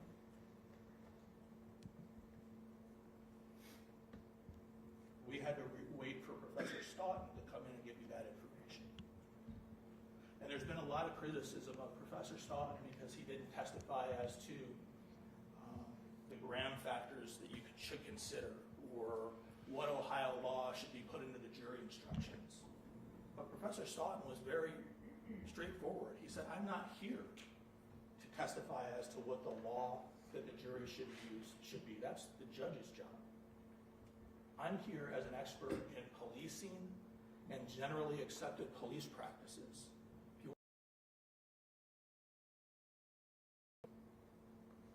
But I'm not here to tell the jury what law they should apply. He was very honest. He didn't want to go above and beyond what he was here to do, unlike the Kevin Davises and DeMullins of the world. And they want to criticize him for that. That's fine, I guess. But at least let's be honest about it.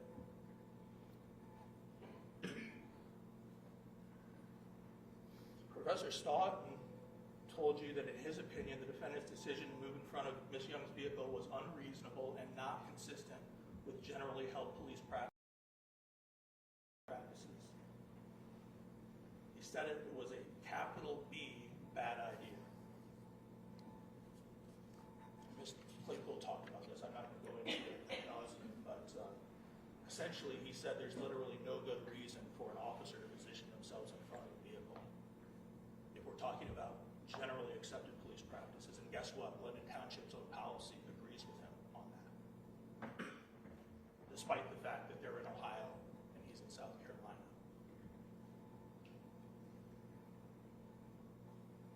What else did Professor Stoughton tell us? He told us that just because a suspect leaves doesn't mean the investigation is over. There's other things that can be done, whether it's checking video or getting witness statements, trying to identify the person and going out and perhaps making contact with them and arresting them if that's what's going to happen at a later time. Officers are not authorized to stop persons at all costs. You're a police officer. You investigate the crime and you gather your evidence and you apprehend the person later if need be. He then quoted State v. Garner, the Supreme Court case that die and one should get away. Officers have to utilize their training to make reasonable decisions, ladies and gentlemen. Reasonable decisions. This defendant did not do that. And his unreasonable decisions actually contributed to the situation that led him to use deadly force. We heard all about that from Mr. Stoughton. He should not have stepped in front of the car. He should not have drawn his weapon. He remained in front of the car when it became clear that the car may move. And he should never have fired a bullet through the windshield. Not in these circumstances. Professor Stoughton testified it was his opinion that the defendant's decision to draw his firearm and use deadly force instead of simply moving out of the way of the vehicle was unreasonable and, again, not consistent with generally accepted police practices.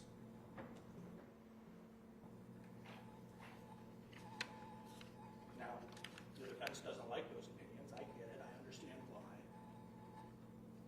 And they try to, I guess, disparage him through the teacher reviews and things of that nature.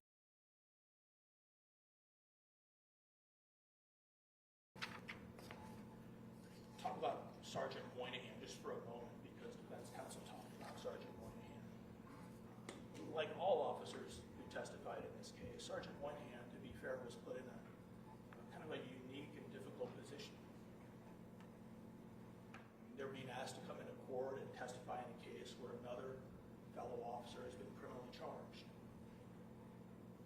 That thin blue line is being stretched a little bit. Many of them are from smaller departments, departments with just a handful of officers, single digits that work there, that back up Blendon Township on calls. They work together daily, backing each other up. They have to come in here and testify in court, and then probably go right back to their departments to work with their fellow officers, potentially backing up Blendon again that same day. If that's not enough, there's a TV camera in the courtroom broadcasting their testimony to other officers, other departments. It's not a fellow brother of the FOP, let's be honest. Sergeant Moynihan is a member of the Blendon Township Police Department, the same exact department as this defendant. A department that has, I think we heard, single-digit officers employed there. He's a supervisor there as a sergeant. In fact, he was the defendant's own training officer for a while. He worked with the defendant, we heard, 3 days a week. He and the defendant together. I'm sure after he testified, he was probably going back to Blendon Township.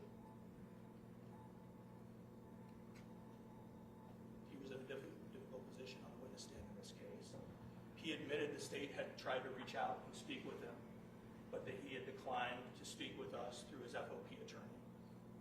And that's his right. That's his right. So he came in and he testified for the defense.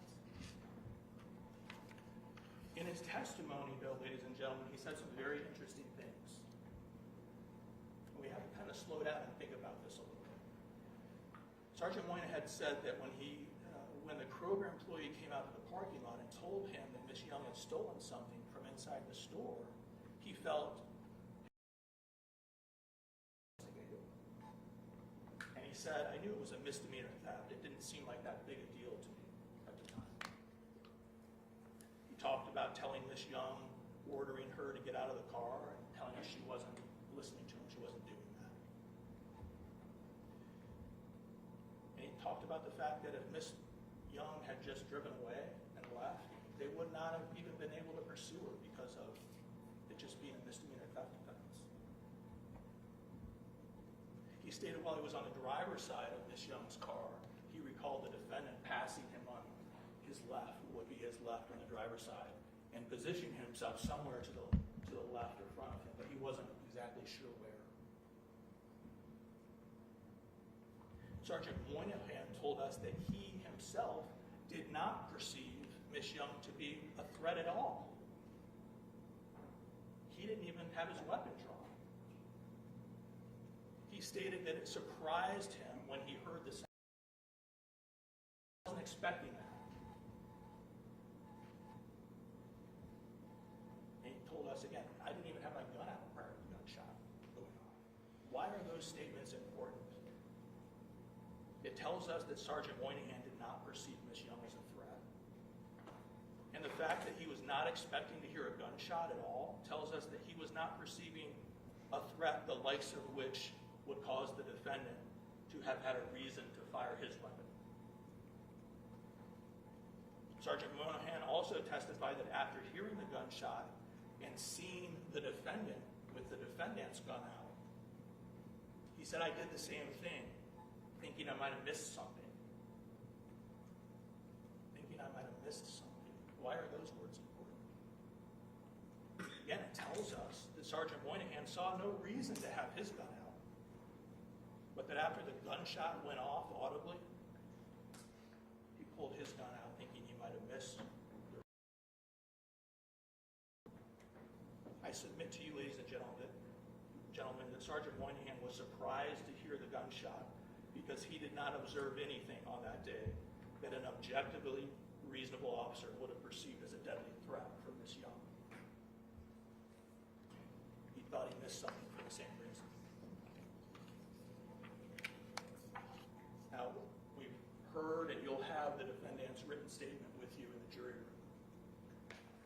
let's think about this. Who in this case has a motivation to perhaps lie, perhaps exaggerate about what actually happened in that Kroger parking lot on that day in August? Does the defendant have a motive to do that? If he can convince investigators or jurors that he was justified in his actions, might he avoid accountability? How many of us are really surprised that in his written statement he writes that he fired his weapon because he believed that he was in imminent danger of death? I don't think any of us are surprised to see that in the written statement. That's not a shock. What would you expect him to say, knowing that he shot and killed someone and terminated a pregnancy? But think about this. In order to believe what the defendant puts in his written statement, as well as the statements that he makes to medic Atkins, you'd have to not believe what you see in the body-worn cameras. You'd have to not believe what you see in the Kroger videos, because none of those videos support what the defendant says happened. There's been a lot of talk about hindsight, and it's interesting because the person using hindsight in this case, I submit to you as the defendant. What do I mean by that? The defendant is attempting to justify his actions after the fact. He's attempting to tell a different version of events than what the videos show in order to explain his unreasonable use of force in this case. How? Well, after the shooting, we've talked about this, within less than an hour after the shooting, he's whisked away from that scene at police headquarters where he meets with the medics. They're there to evaluate him of any potential injuries. And while being evaluated is when he makes that statement to medic Atkins, which medic Atkins documents in his, we call it a run report, medic report. Medic Atkins wasn't at Kroger when this happened. He doesn't know what happened. These are the words of the defendant. That he, quote, was thrown off of the hood of the car and onto the ground, end quote. When the car hit him. Those were his words. Now, the defendant knew that didn't happen.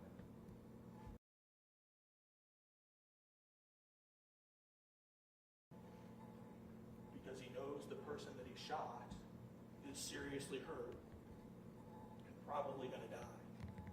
Don't know if he knew she was dead at that point, but we know it was pretty serious and he knew that.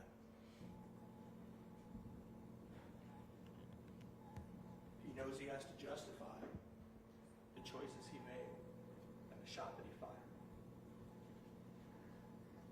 And that's the story he came up with at the time. But there's a problem. There's video. Not only body-worn camera from him, but also from Sergeant Moynihan, and there's also Kroger surveillance video. At the time he tells medic Atkins his claim of how he was thrown off of the hood onto the ground,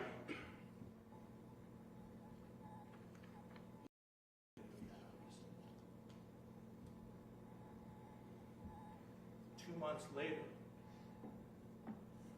to the day, October 24th, 2023, the defendant submits his written statement to BCI investigators. And after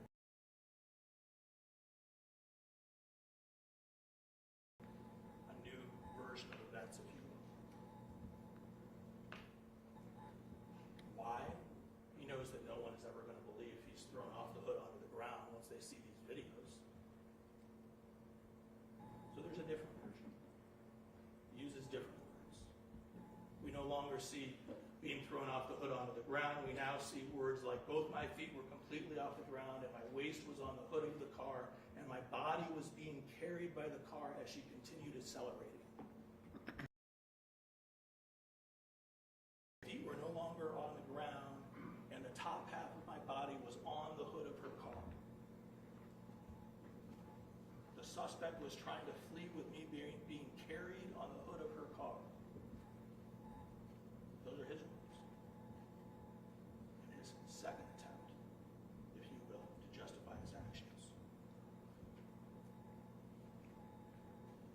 the defendant still has a problem. And that problem is, how is he going to get a jury like yourselves to believe that's what the video shows?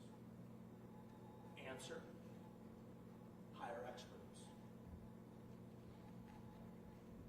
And you have your experts, and we've heard this term before, work backwards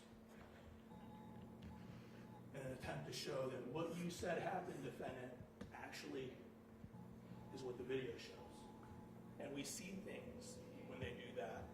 For instance, like Dr. Desmoulin's animation that distorts what the video actually shows, attempting to simulate to you all that his body was being carried on this hood, gliding, his feet never touched the ground, which we know is not accurate, because we have the real video. And we see things like Kevin Davis picking and choosing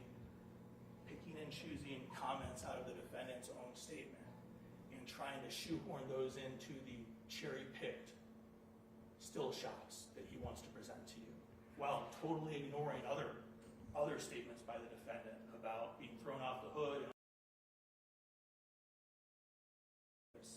And if you do want to talk to him, then I ever tell you the story about how I'm going to interpret what those words actually mean. Kevin Davis is an advocate and he's an interpreter.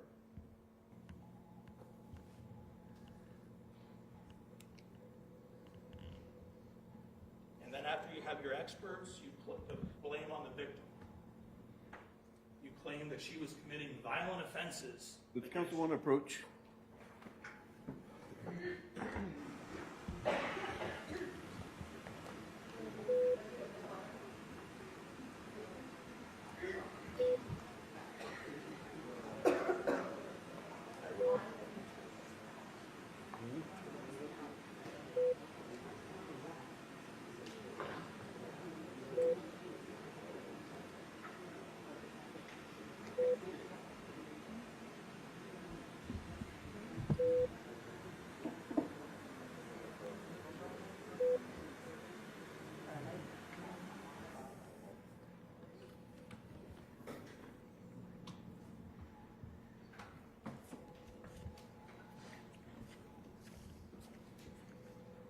Try to wrap up for you, ladies and gentlemen.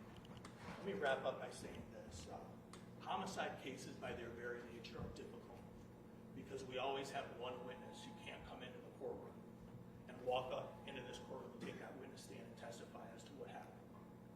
Takaya Young can't walk in here, and she cannot tell you what happened on that day in August.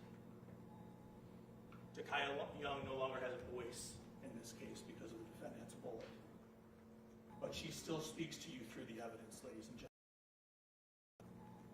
She speaks to you through her activation of her turn signal. And she tells you, I wasn't trying to run this officer over. I was turning to the right.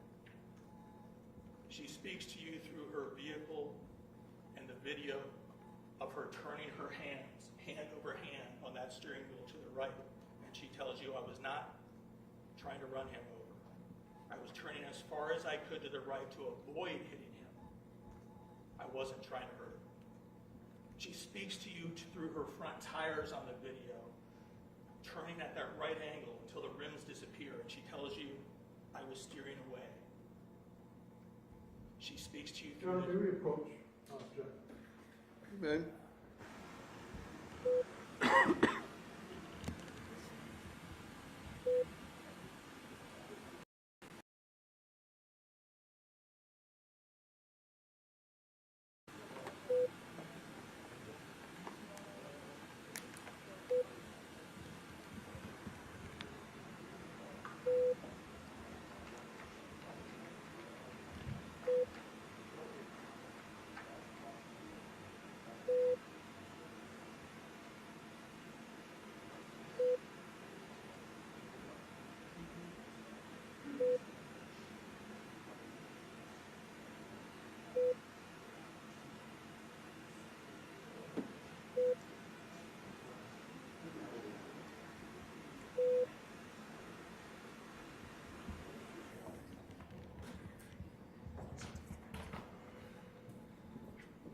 Thank you. I apologize, ladies and gentlemen. To Takaya speaks to you through the slow roll of her car, her inching forward, stopping, and then starting again, and tells you she's not accelerating towards him. I was moving slowly. She speaks to us through the wounds on her body.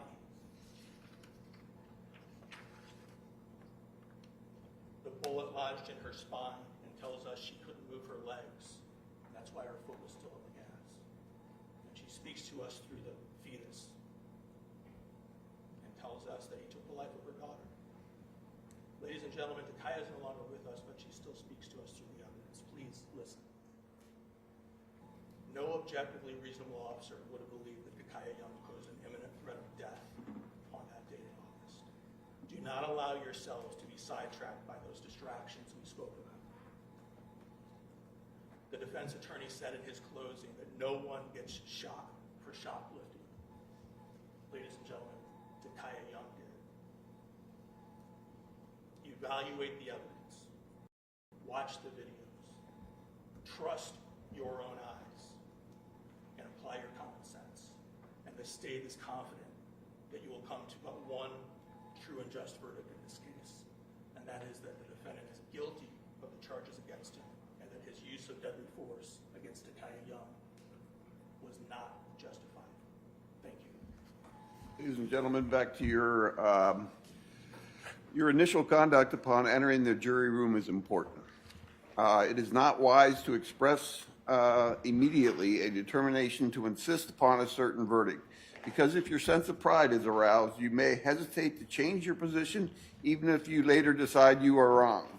Consult with one another. Consider each other's views and deliberate with the objective of reaching an agreement, if you can do so without disturbing your individual judgment. Each of you must decide the case for yourself, but you should do so only after discussion and consideration of the case with your fellow jurors.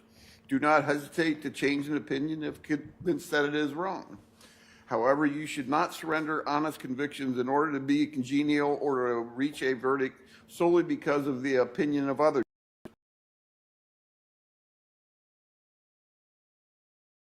Honestly agree on your verdict. On behalf of the public and the parties, the court expresses appreciation for your services in performing this important function. After your verdict is returned, you may discuss this case with anyone, but you are not required to do so. Whether you discuss the case with counsel or anyone else after you are discharged, it is a matter of your own free choice. When you retire to the jury room, you should select a foreperson. The foreperson will be responsible for the exhibits and the verdict forms and return them to the courtroom. The foreperson will see that your discussions are orderly and that each juror has the opportunity to discuss the case and to cast his or her vote. Otherwise, the authority of the foreperson is the same as any other juror. Until your verdict is announced in open court, you are not to disclose to anyone else the status of your deliberations or the nature of your verdict. If you have a question, write them on a piece of paper and give the paper to the bailiff. When all 12 of you agree on a verdict, all of you should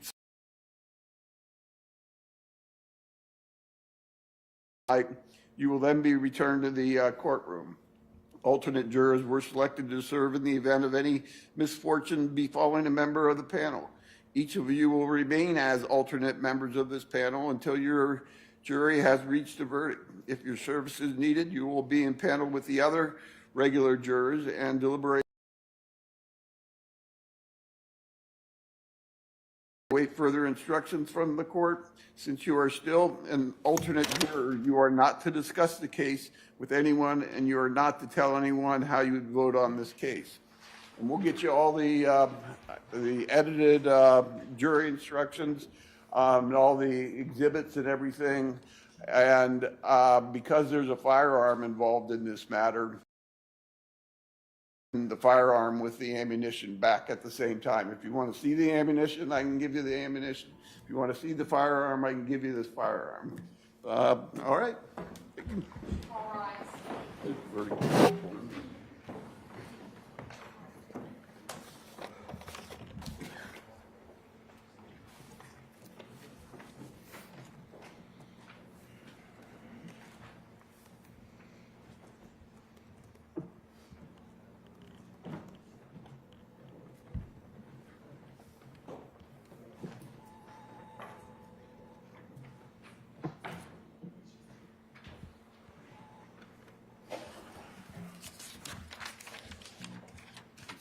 You have all the evidence? You have all the evidence? Your Honor, we need to put something on the record. All right, Unfortunately, everyone can have a seat. you ready?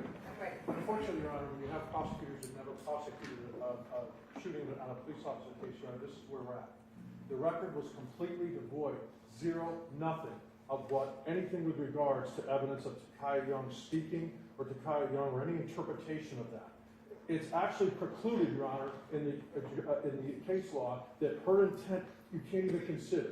This court has ruled multiple times against them that they could not ask questions of Dr. Bauer and other people about the intent of our client or the intent of her, only what they observed. This was pre-planned, it was done, and unfortunately, I have to ask for mistrial because this was calculated and done knowing your rulings earlier, Your Honor. The case law is clear. If they don't know the case law, I'm sorry. I understand it's closing arguments, but in order to make an argument in closing, you have to have an inference from a fact that's in evidence. There's not one piece of evidence that goes towards her speaking or interpretation of her act, any type of speaking. To use that word, Your Honor, that crosses the line.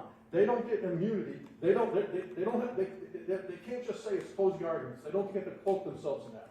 It is a guardrail that's in place that no one ever goes near, and they just did, Your Honor. And we're asking for a mistrial. And in the least, we need a curative instruction in instructing the jury that what she speaks, how she speaks, it can't come in a justification case. They can do whatever they want in a homicide case because there's no guardrails on that. But when you have a justification case involving the use of officer, the case law is clear, and the courts have spoken, and they violated it, Your Honor. The state's argument was toward obvious things that are in evidence. Video of her turning the wheel to the right. Video of the tires going to the right. Video of the car moving slowly. Photos of her injuries. Testimony from the coroner. The statement was that she speaks through the evidence. And then whether that be a video of her hands turning the wheel, video of the tires turning, photo of her injury, it's argument, Your Honor. There's nothing improper about it. It's inferences made on items of evidence that have been admitted and testified to. Your Honor, when he uses the words, speaks to me, saying I'm not trying to hit him, speaks to us, saying I'm not trying to hit him. It speaks to us through her turn signal saying I'm going to turn away from you. When he uses the word speaks, that's what's illegal, Your Honor, and that it's inappropriate and it's unconscionable. Any pursuit? Well, I know that they don't like it, Your Honor. I don't know what the word illegal. There's nothing illegal about it. The case law says you're not to consider her intent in any way, shape, or form. That doesn't give you absolution. Do not speak over each other. We're keeping this down. At this time, I'm not going to grant a mistrial on the matter. But if we can come up with a curative instruction, I would consider that. Terrible, Your Honor. Best of luck to you. Best of luck to you. Best of luck to you.